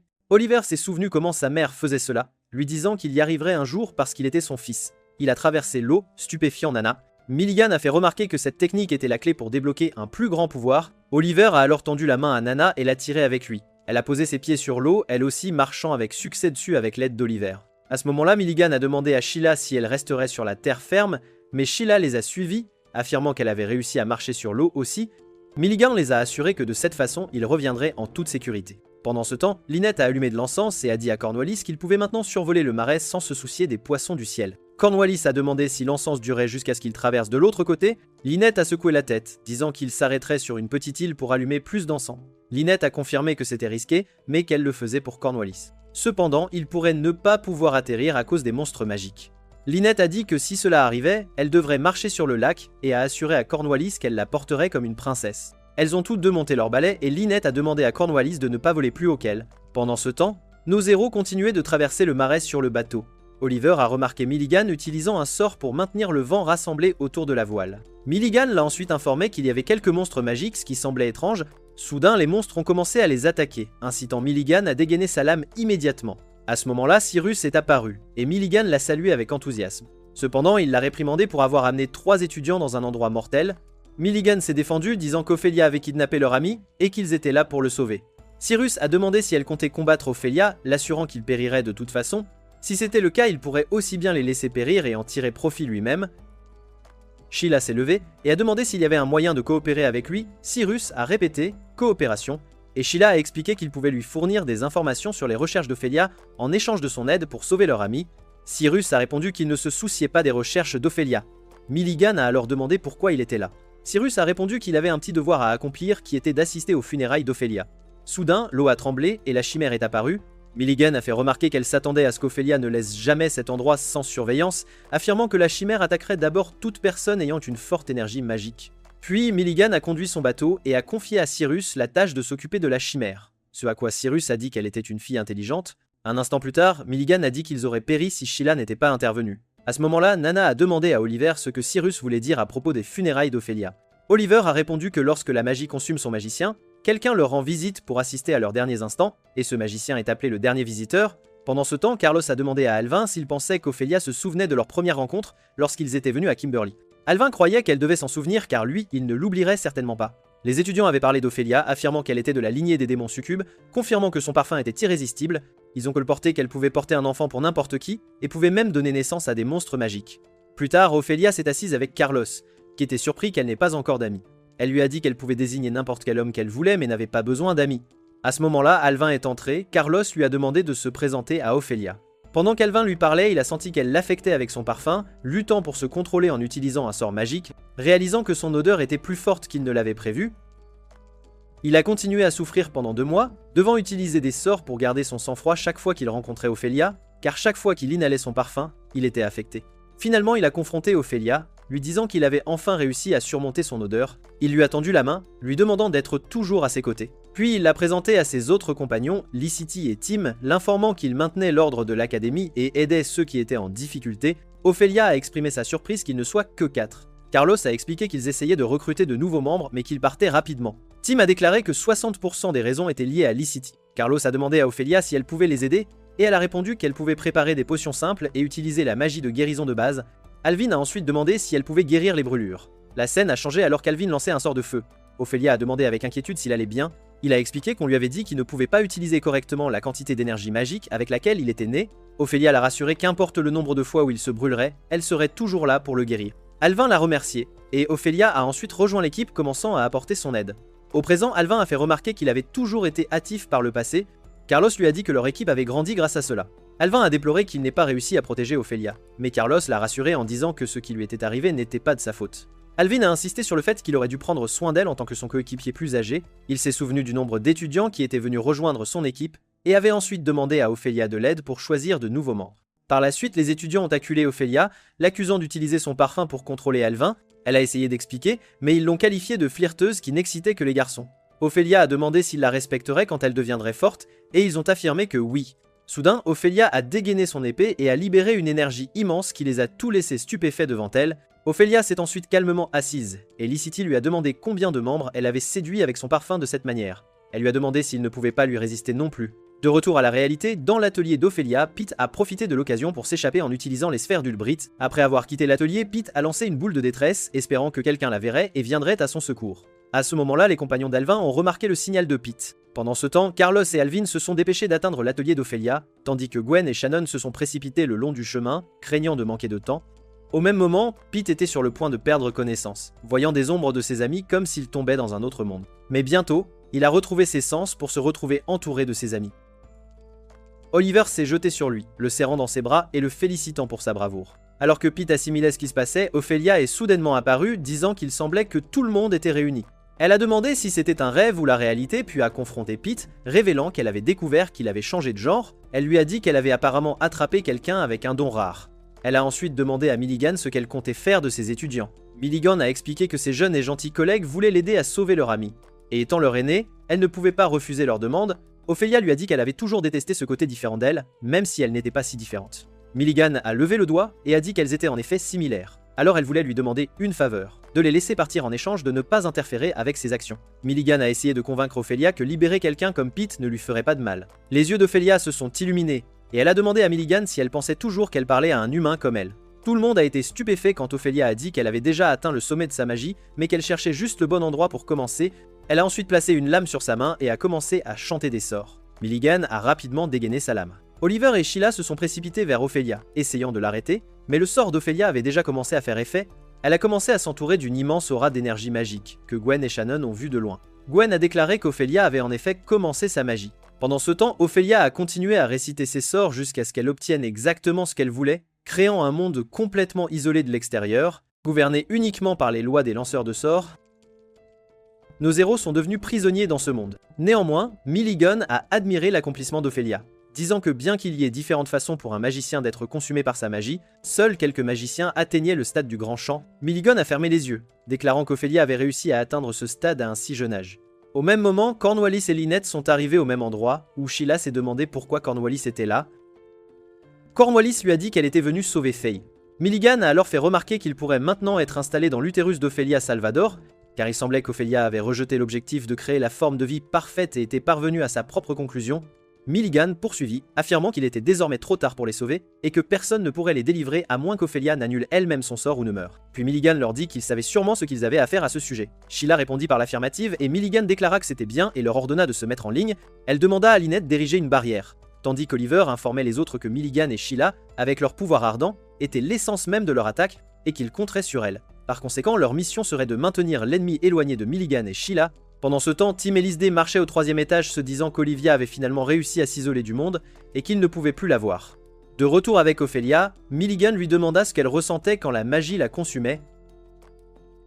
Ophélia répondit que c'était horrible, exactement comme elle s'y attendait. Le bon côté, c'est qu'elle resterait jusqu'à ce qu'elle les voie tous périr. Milligan lui dit qu'elle aurait beaucoup à faire avant cela et fit remarquer de manière provocante à Ophélia qu'elle ne la blâmerait pas si son premier amour s'avérait être un désastre, car elle savait qu'Ophélia ressemblait davantage à un serpent des marais. Cependant, Alvin ressemblait à une licorne, il était donc impossible que cet amour réussisse, et si c'était le cas, le plus qu'elle pourrait accomplir serait de lui voler son essence. À cela, Ophélia se mit en colère et s'en prit à Milligan qui ordonna à Sheila d'attaquer. Sheila déchaîna son sort magique tandis que Milligan révéla l'œil de basilic et se précipita vers la chambre d'Ophélia. Elle dit à Ophélia qu'après tout ce qu'elle avait fait, elle était toujours humaine, comme en témoignait la profondeur avec laquelle ces mots la perturbaient, mais Ophélia se débarrassa rapidement de sa pétrification et ligota Milligan avec ses vrilles de sang, la surprenant en disant qu'elle n'avait pas été affectée par les malédictions de pétrification depuis longtemps.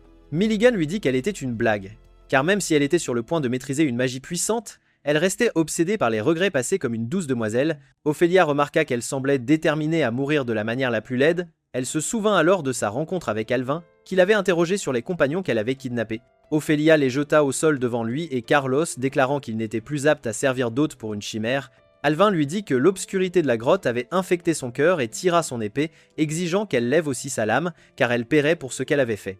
À ce moment-là, Ophélia dit à tout le monde qu'elle ne regrettait rien. Alors, la chimère relâcha un peu son emprise, et Oliver ordonna à Nano de se charger de bondir sur Ophélia pendant qu'il se précipitait pour enflammer la chimère. Cornwallis vola aussi sur son balai pour repousser les autres chimères, mais la chimère commença son attaque contre nos héros, faisant presque tomber Oliver pendant son vol alors qu'il heurtait une brèche. Pendant ce temps, Nano franchit le rat d'Ophélia après avoir éliminé tout ce qui se trouvait sur son chemin. Elle atteignit Ophélia avec sa lame, lui exigeant de se préparer à la mort. Mais bientôt, nos héros furent choqués lorsque Nano s'effondra au sol devant eux. Oliver s'approcha d'elle, l'exhortant à tenir bon. Nano s'excusa disant qu'Ophélia n'était qu'une enfant et qu'elle hésitait à lever son épée contre une fille en pleurs. À ce moment-là, Sheila s'excusa auprès de Pete, disant qu'elle n'avait pas réussi à le protéger. Il la rassura en disant qu'elle était venue le sauver finalement. Puis Ophélia fondit en larmes, se demandant quand était la dernière fois qu'elle avait partagé ses sentiments avec quelqu'un de cette manière. Juste à ce moment-là, Carlos et Alvin arrivèrent à temps. Une faille s'ouvrit alors dans le monde d'Ophélia, permettant à Alvin et Carlos d'entrer. Carlos s'approcha d'Ophélia, lui disant qu'il lui donnerait tout ce qu'il possédait. Il détacha un collier autour de son cou et le lui lança. Oliver demanda ce qui se passait, et Alvin expliqua qu'il y avait un pacte entre la famille de Carlos et Ophélia, donc Carlos irait avec Ophélia si la magie la consumait. Alvin ajouta que Carlos avait une résistance contre toutes les formes de magie sexuelle. À ce moment-là, Carlos se souvint quand il avait promis à Ophélia auparavant qu'il la ferait toujours sourire. Maintenant, il s'approcha d'Ophélia et l'étreignit, s'excusant de ne pas avoir pu tenir cette promesse. Il confessa alors qu'il l'avait toujours aimée. À ce moment-là, Alvin dit au revoir à Carlos, tout comme Carlos à lui. Carlos entrelaça ensuite sa main avec celle d'Ophélia, qui lui demanda de ne jamais la quitter. Le monde autour d'Ophélia se brisa, et l'atmosphère redevint normale. Oliver rencontra Gwen et Shannon, où Shannon l'approcha, lui demandant de retourner à la surface, tandis que Gwen l'informa qu'elles étaient venues pour lui. Après leur retour à la surface, Katie courut étreindre Pete. Les héros levèrent leurs épées haut une fois de plus, créant une fleur d'épée, et la vie redevint normale à Kimberly. Katie continua d'enseigner à Marco, tandis que Guy continuait de cuisiner, et Nainao poursuivait toujours Oliver pour apprendre des sorts.